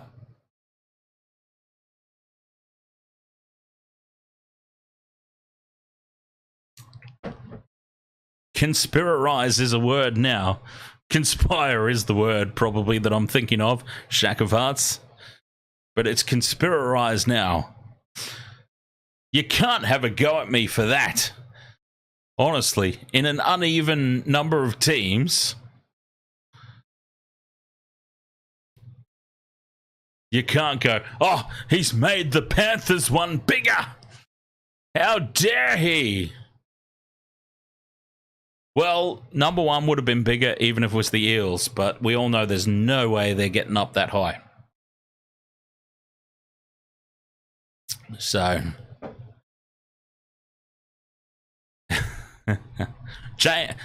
James just likes to be a cheeky bugger. That's all. We know him well. We know him well around here. Complex Basic, ahoy, mate. Complex Basic, my old friend. How are you, sir? Complex Basic says, is this Chico Marino? I think he means Chino from the Deftones. And honestly, not the first time that has ever happened to me. Chino from the Deftones is one that I get. Kevin Owens is one that I used to get before my hair grew out. Jack Black is one that I get quite often. Kevin Smith's another one that I get. Just talking about doppelgangers over here on Twitch. Complex Basic, seriously, I was just thinking about you the other day as well, because I was like, do I stream to Twitch again this season, this year, 2024? Do I worry about the Twitch streams? Because YouTube has kicked on for me very, very well. Twitch is a little bit of a harder slog. But then I thought, you know what? No, I will stream to Twitch again this year because there are, wouldn't necessarily say, I mean, I think this is fair to say, not necessarily a regular, but you drop in like fairly often. Like, no, look, we've got Complex Basic over there. We've got Mr. Ed's Dead, who still uses Twitch a fair bit. There are some people over there that do the regular pop-ins. So there you go. Your name stood out to me is basically what I'm saying. What is this over here? James says, unless you're selling photos of yourself. No one was supposed to know about my OnlyFans account. DJ Shaq says, I wouldn't have the Broncos anywhere near the top 4, Dan. No, seriously. Shaq of Hearts. Did you see my 2024 draw run through? This is the reason why I have them in the top 4. I would normally agree with you, mate. I actually, when I did my first off the top of my head run through, Bert, ahoy there, mate. Bert Marinus, Panthers will win a 4th grand final. I do think so. I do think so. Shut up, James. You're gonna sit there and you're gonna listen and you're gonna love it. while we do this for Shack of Hearts. If I can find my mouse. All right, there we go. There we go. Oh. Okay. Now, Shack of Hearts has said, I wouldn't have the Broncos anywhere near the top 4, Dan. That's just my individual hot take based purely off the curse of losing to the Panthers in the grand final. They've got such an easy draw, though, Shack of Hearts. I think 4th is fair enough. Okay, you've saved James from going through it again. He saw it, James, so you've been saved from us going through it again. But, yeah, the Broncos, they've got such an easy draw. Okay, I don't think it's not unrealistic to think, though. Really, it's not unrealistic to consider this. We're going back to the draw, James. But not all the way through. It's all good. It's not unrealistic, though, that the Broncos, grand final runners-up last season, they could very well. Look at this. Round 1 against the Roosters. Okay? Okay, Suncorp Stadium, yes, against the Rabbitohs. Then against the Panthers, and then against the Cowboys. I have the Cowboys on the slight improve this year as well. And then the Storm. It's not unrealistic to think that the Broncos, grand final runners-up last year, could be 0-1, 0-2, 0-3, 0-4, 0-5. They could realistically be 0-5 going into that round 6 match against the Dolphins at Suncorp. It's not out of the question that that could happen.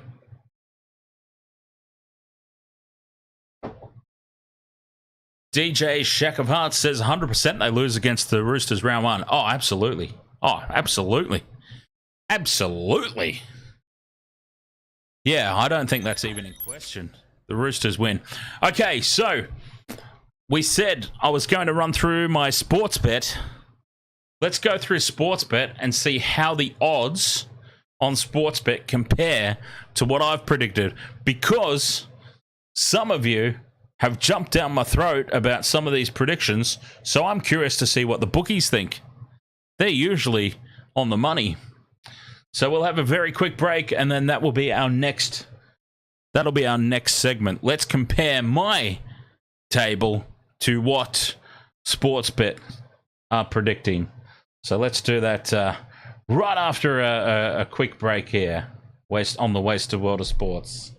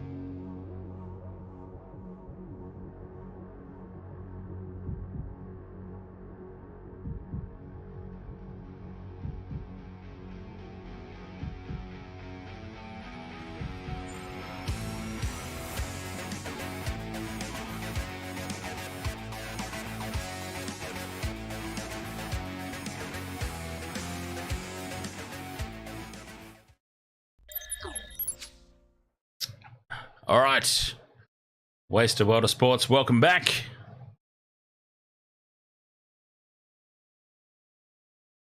Don't forget, if you would like to join us on the Wasted World of Sports 2024 tipping contest, put your money where your mouth is. I know James has already signed up. Wasted World of Sports 2024 tipping contest, completely free to join. Put your tips up against mine if you think I'm so wrong. I look forward to finishing above James again this year.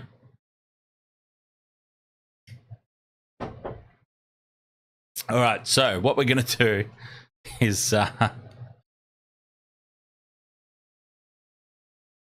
check out Sportsbet. We're going to compare Sportsbet and the odds against my predictions. Mr. Ed's Dead says, following you on Twitch, I get to see it long before I hit the notification on YouTube. That's interesting, that is. Very interesting. For a long time, people have been trying to get me on my gaming channel, Intoxigamer, which is also on Twitch and YouTube. People have been trying to get me to switch over to Twitch for the longest time. Switch to okay, I can't speak. Switch to Twitch was a hashtag that they would always send me. For some reason, YouTube just works better for me. I don't really know why. But it does. So it's always the main thing. And the feet pics. Once again, James, these are websites you're not supposed to know about. I've never announced them. Actually, we might have talked about the feet one, but that was off stream on a Discord chat, and only the people who were on that Discord chat knew about it. Bert Marinus says, I reckon the Warriors will be up there, mate. Well, I've got them in 6.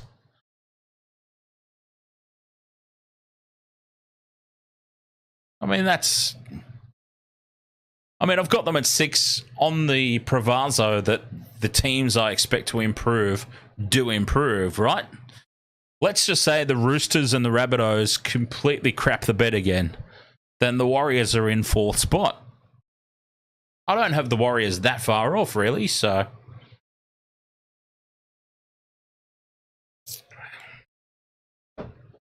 He also sells his worn, sweaty bandanas. It's actually a good idea. I could auction them off. I'm going to make note of that. Hang on. Worn, sweaty bandanas. Yeah, because that's kind of like... It's kind of like at the end of a tennis match, and they take their sweatbands off and their headbands off, and they toss them into the crowd, and there is actually people fighting for it. Or in the NBA, these big bastards take their shoes off. Can you imagine those big, stinky, 7-foot-tall shoes, those size 19s, coming off and being given to a kid in the crowd? That kid's just like, yay, yay, shit. It's LeBron's shoe, though. Hey, hey. I can't imagine it. But anyway, I digress.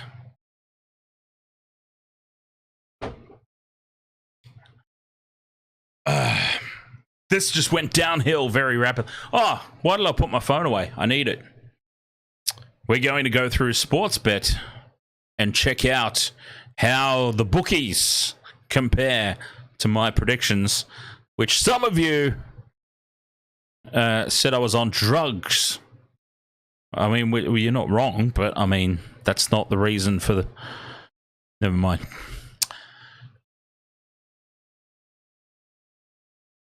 Forget I said that. Okay, let's go. All right, so red hot favorite for the wooden spoon. Well, joint favorites for the wooden spoon are the West Tigers and the St. George Illawarra Dragons. Okay, they are both 101 to 1 to win the competition. So I've got the Dragons and Tigers 15 and 16. Not that far off from what the bookies say. Third from the bottom, this is the one you all laughed at me at. This is the one that you thought I was on drugs for. Canberra Raiders. Third last with the bookies, 61 to 1. So the bookmakers have the Raiders coming third last. Yet, apparently, it's so unbelievable that I have them as wooden spooners. The bookmakers agree with me a bit more than they agree with you. Apparently.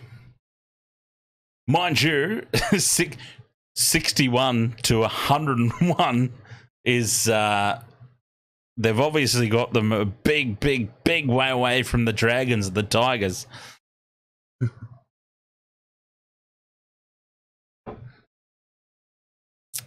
And then the Titans, which is exactly 17, 16, 15, 14. Okay, so the Titans, $51, exactly where I have them. And this is where we have a big discrepancy with my tips, because the bookmakers have the Dolphins here, just above the Titans, whereas I've got the Dolphins in the 8.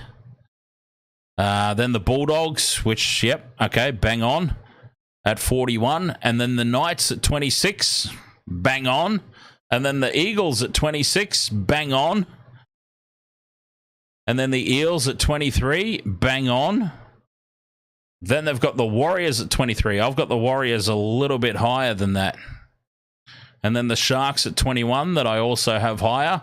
And then the Cowboys at 15. I have the Cowboys lower, but the bookies have got the Cowboys in the top 8. They've got the Roosters here at 5th. I have the Roosters a bit higher than that, obviously.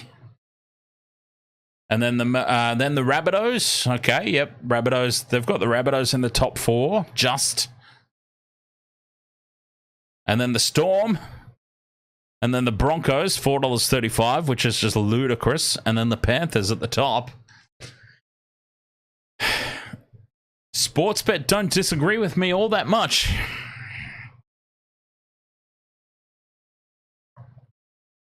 For everyone that laughed at my predictions, the bookmakers are not that far off with what I've suggested. So it will be very interesting to see. I do say we do another one of these after the preseason games. That could change my opinion on some of the teams, just seeing what they've got, that next level down. Who have they got coming through the ranks, the fringe players, ready for a call-up? That could potentially change a couple of things. But, yeah, that's interesting. My predictions are not... Apart from the Dolphins are way off. But apart from that, Sportsbet are not far away from what I'm predicting. Let's see who's laughing at the end of the season.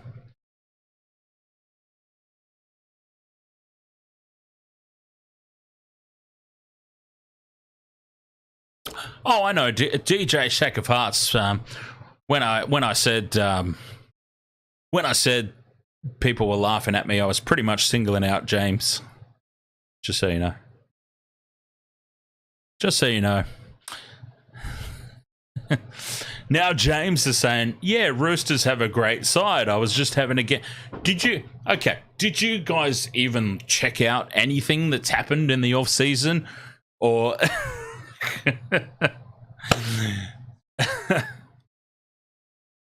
I haven't made these predictions just for the hell of it. There is a method to the madness.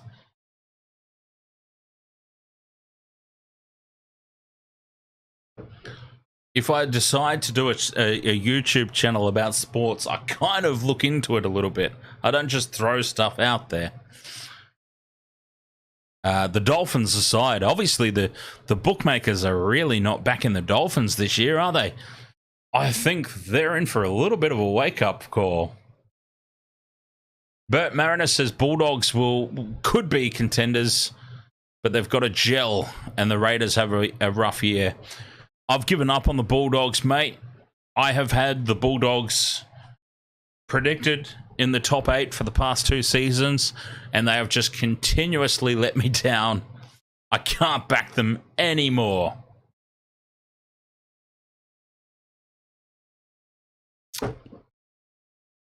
I've given up on them.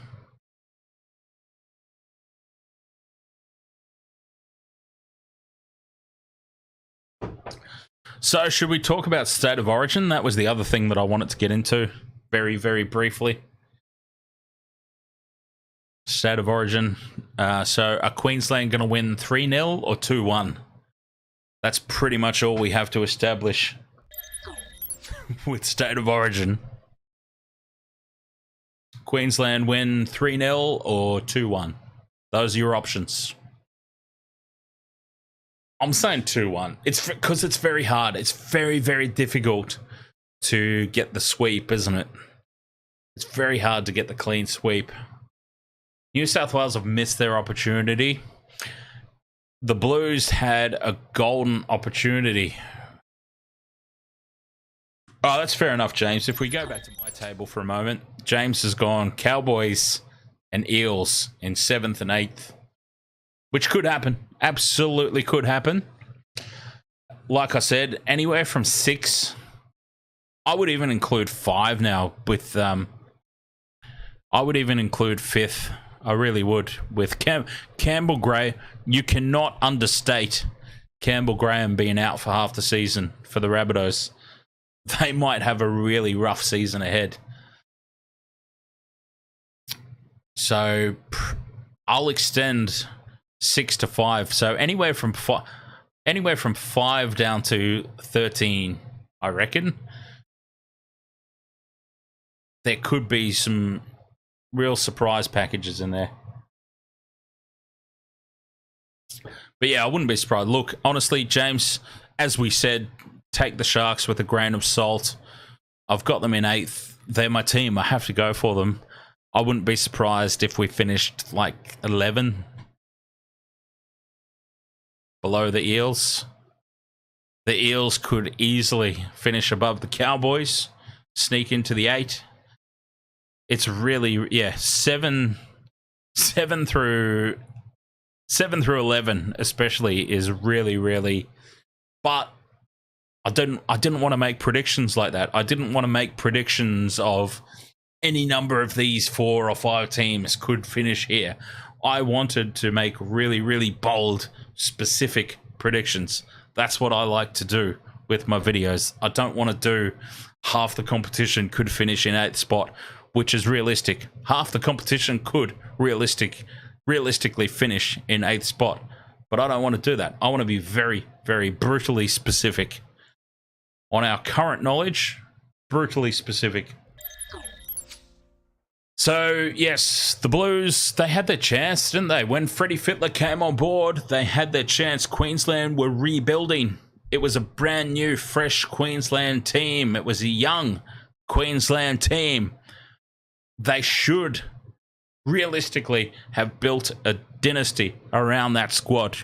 They should have. But so many weird selections.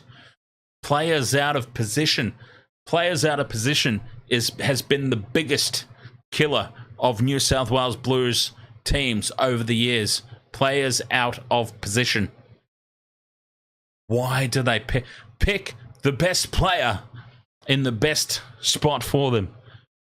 Don't just try and fill what is it they say? A superstar team will beat a team of superstars every single time. They just stack their squad full of the best players. Go, oh, that'll work. That'll work.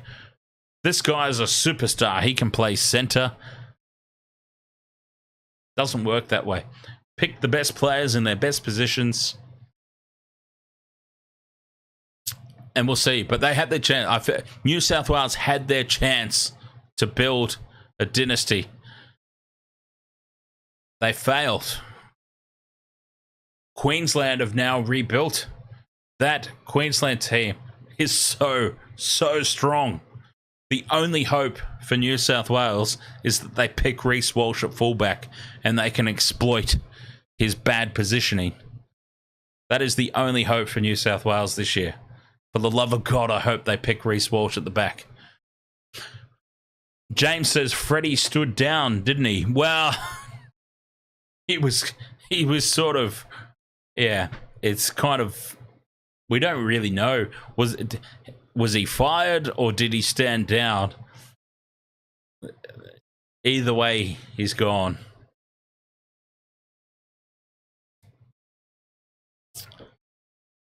Finally. Because, yeah, I don't know. I'm not sold on Freddie as a coach, honestly.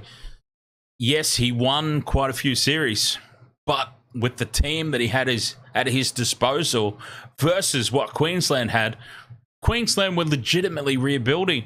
They'd lost that superstar team when the Slaters, the Smiths, the Cronks, and the Thurstons, all these guys had retired. New South Wales had a real opportunity. Queensland have rebuilt now. They have legitimately rebuilt. DJ Shack of Heart says, Dan, from what it sounds like, they are going to pick Reece Walsh at fullback and have Kalen Ponga playing as a utility loose forward. Well, I mean, I hope that they do, because that at least gives New South Wales a smidge of hope. Yeah. Reece Walsh, for all his attacking prowess... hang on, let me say that correctly. Reece Walsh, for all his attacking potential... Let me put it that way. Let me put it a different way. For all his attacking potential, he is an absolute disaster on defense. I don't think it can be understated just how bad Reece Walsh is defensively. It cost the Broncos a grand final. And we're not going to turn this into another grand final review video. But just check the highlights. Panthers' first try. People are criticising Herbie Farnworth for tapping the ball back, but if Reece Walsh is in position and not bollocksing about behind the in goal, having a chat with Alfie, if he's actually in the position he's meant to be in, we're not even having this conversation. And Stephen Crichton's kick-throughs that turned into six agains. Even Billy Slater on commentary said, yeah, Reece was just caught out a little bit there because he was lazy getting across to where he was supposed to be. The match-winning try by Nathan Cleary. It was lazy defending out of dummy half by Reece Walsh. Okay, yeah, people are hammering down on Adam Reynolds. He should have made the first up tackle. Yes, he probably should have. But also, by the same token, Reece Walsh should have been in position for a fullback to be covering Adam Reynolds' missed tackle. But he wasn't. He was just lazy walking, ball watching out of dummy half on the wrong side of the ruck. And Nathan Cleary took full advantage. I just don't understand why Reece Walsh is so removed from criticism in his part in that grand final loss. I don't understand it. Yes, I get it. He is a potential future superstar. But a potential future superstar should not protect you from criticism from what you've done now, if that makes sense. I don't understand why it's considered so wrong to say anything bad about Reece Walsh. I post things on Facebook and the Broncos supporters jump down your throat. Reece Walsh overrated.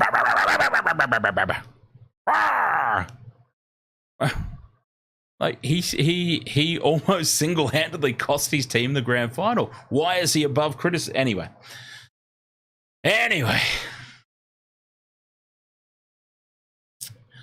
James says New South Wales really need Andrew Johns or Laurie Daly. No! Laurie Daly's had his chance and he was terrible. Terrible.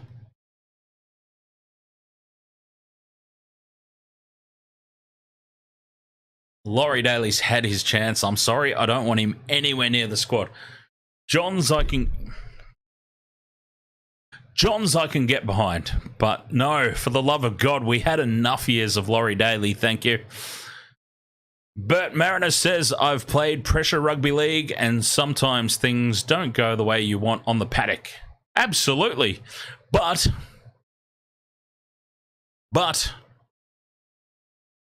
if you're hitting your assignment, if you're doing what you're supposed to be doing, you increase your chances for things going your way. Sometimes things don't go your way, regardless. Yes, absolutely correct. But in the examples that I gave, the Panthers' first try, look, Reece Walsh, he may have been standing in behind the line and Herbie Farnworth taps it back, and the bouncing footy, it takes a weird off break, and over the line go the Panthers anyway. Reece Walsh is in position. It happens, but he wasn't. He was in behind the goal line. Check the replay. Herbie Farnworth taps the ball back. There's no fullback. Reece Walsh is over having a chat behind the post with Alfie.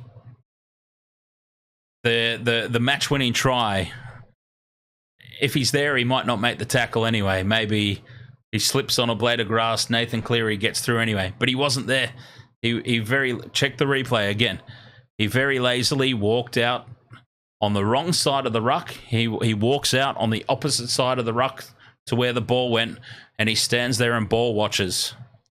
You just can't do that as a fullback. Yes, on the footy field, sometimes things don't go your way, but you need to be in the correct positions to give yourself the best opportunity that things do go your way. And that's where he fails his assignment. And I don't understand why he's above criticism. And DJ Shack of Hearts there is absolutely correct. People do take overrated as an overly harsh criticism, because I've had conversations exactly like that. I'm not saying he's bad, just as you've said there, Shack of Hearts. I'm not saying he's a bad player. You can't be a bad player and get an NRL contract. But they talk about this kid like he's the second coming of Jesus. Am I right or am I wrong? Like, stop me when I'm telling lies. They talk about him. They talk him up in the media like he is the second coming of Jesus Christ himself. But he's really not. Does he have the potential to get there? Probably he does. A lot of players do. But he's not there yet, and that's where that's exactly where it comes in. I say he's overrated. Oh, how dare you say he's crap? I'm not saying he's crap. I'm saying he's overrated. He's not as good as they say he is yet. He may get there. I'm not even saying he won't get there. He's got a lot to fix up, though. James says, so are we saying 3-0 Queensland? Oh, geez, I really hope not, but I think so. I hope not, but I think so. Bert Mariner says, I've played in Penrith districts and played against Langer and the Walter brothers. They were outstanding.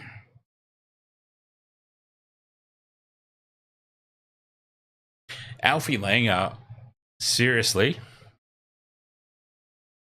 Wow. For such a little man. It's funny, isn't it? It's another interesting topic of conversation, I suppose, is the little men. The little men that are so hard to put down. Like Alfie Langer just seemed sometimes impossible to tackle. Sometimes it felt like Alfie Langer beat more tacklers than Jonah Lomu. If I can cross-pollinate references, cross-pollinate codes. Yeah, I think, New South Wales probably win one, DJ Shack of Hearts. Hang on, let's see. Somebody mentioned there's 2 games in New South Wales this year. They've got to win one of those, surely. Let's have a look. Ampol's State of Origin. Yeah, okay. Game 1 is in Sydney. Game 2's in Melbourne. Game 3's at Suncorp. They've got to win. If New South Wales are to win, got to win that first game. I think someone said that. I think it was James. James, it might have been. Says New South Wales need to win the first game. If New South Wales win that first game, it makes it very interesting because they've got a good record in Melbourne, don't they? They've got a very decent record in Melbourne. Hang on, let me bring this up on the screen. Yeah, so there we go. There's the 3 games. Game 1 in Sydney. Game 2, Melbourne. potential decider at Suncorp. You don't want to be going to a decider at Suncorp. So game 1 is an absolute must. That Wednesday, the 5th of June, that will be massive, that game. If Queensland win that one in Sydney, it's pretty much over, I reckon. Bert Marinus says from 0 to 25 metres, Langer was lightning fast for a little bloke, but he never got injured. And he's still playing. What is it? He must be like 60 years old. He's still out there playing.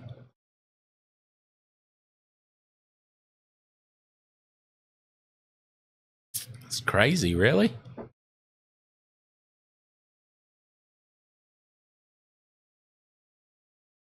Yeah, that's a very crucial first game there in Sydney State of Origin. That'll be a big one. Look forward to that one. I wonder, should we get Crowley back on for that one? I wonder. Bring Crowley on for the State of Origin streams. That seemed to go all right.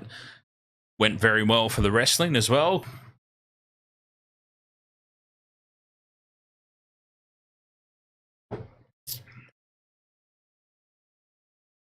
All right, 10:57. I feel like I've bollocksed on for long enough. What do you say? I feel like I have. I was going to do a NRL fantasy team selection, but as I said, I feel like I've bollocksed on enough doing the top 8 predictions. So WrestleMania 40. We can't turn this into a wrestling chat, surely. Even though there is a crossover. There is now actually a legitimate crossover on the NRL website, if I'm not mistaken. So maybe we do have justification. Yeah, look at this. Look at this, James. Maybe we do have justification right now for turning this into wrestling chat, because this is the main page of NRL.com. The Rock is on the front page of NRL.com. So maybe there is a little bit of a crossover there that could happen. There we go. The Rock and Melata. The Rock and Jordan Melata talk Las Vegas round in quick catch-up during Super Bowl week. So maybe, maybe there you go. Not so unrealistic to do a little bit of a rugby league wrestling crossover. What do we got going on here? We've got NRL casualty ward, Indigenous trio to miss All-Stars. Titans forward Jacob Alec has been dealt a blow ahead of next week's All-Stars competition. Who else? New Cowboys skipper Ruben Cotter has also revealed that he ruled himself out of this year's All-Stars match due to recent head knocks. And Campbell Graham, of course, would be the... Broncos 5'8" Ezra Mam will also miss out on his chance to represent the Indigenous All-Stars due to a niggling groin problem.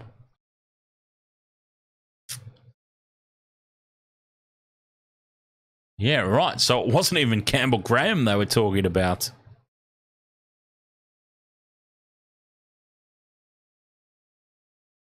There you go. Some interesting news there. So many injuries indeed.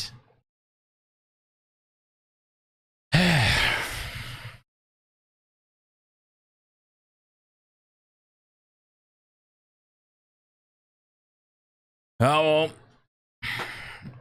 What the hell is this? Hang on.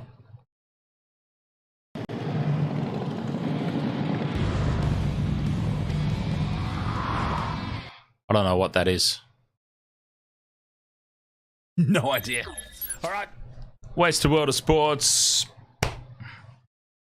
Let's finish up. I feel like I've bollocksed on for long enough, and we don't want to turn this into... We can't turn this into a... We've got to stay on topic. I know, it's the waste of world of sports, and we cover all these things to some respect on the channel, but let's not get me sidetracked. We can do that on Discord. We can chat on Discord after this, for those of you who are on the Discord. All right. Waste of world of sports. Thank you so much for joining me here for my full... It wasn't even a top 8 predictions video. It was a full ladder. A full ladder. Balls to the floor prediction video. The entire ladder. I was laughed at for some of these, but Sportsbet, the bookmakers, I'm trying my best to not ignore it, James. I really do want to talk about it. I really do. I really do, because what we saw today was really exciting. But anyways, this is a NRL season preview video. I won't get sidetracked. I refuse. All right, Waste of World of Sports. Thank you so much for joining me. I am looking so forward to the season ahead. NRL 2024. Cannot wait for it to all begin. Kicking off the preseason challenge and the All-Stars game next week. I'm looking forward to it so much. Thank you so much for your company here on this one. Looking forward to seeing how these predictions play out. NRL tipping comp free to join. Of course, again, this year, I won it in 2022. The old Panther won it in 2023. Who's going to win it in 2024? Let's find out. Waste of World of Sports. Okay. Bring on all the action coming up over the course of this weekend. Six Nations, of course, carrying on.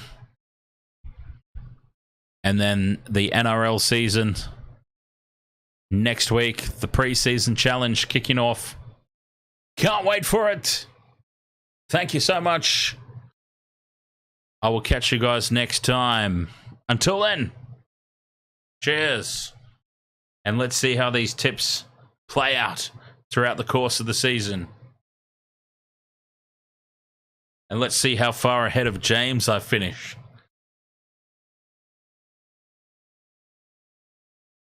A few places higher up, I reckon.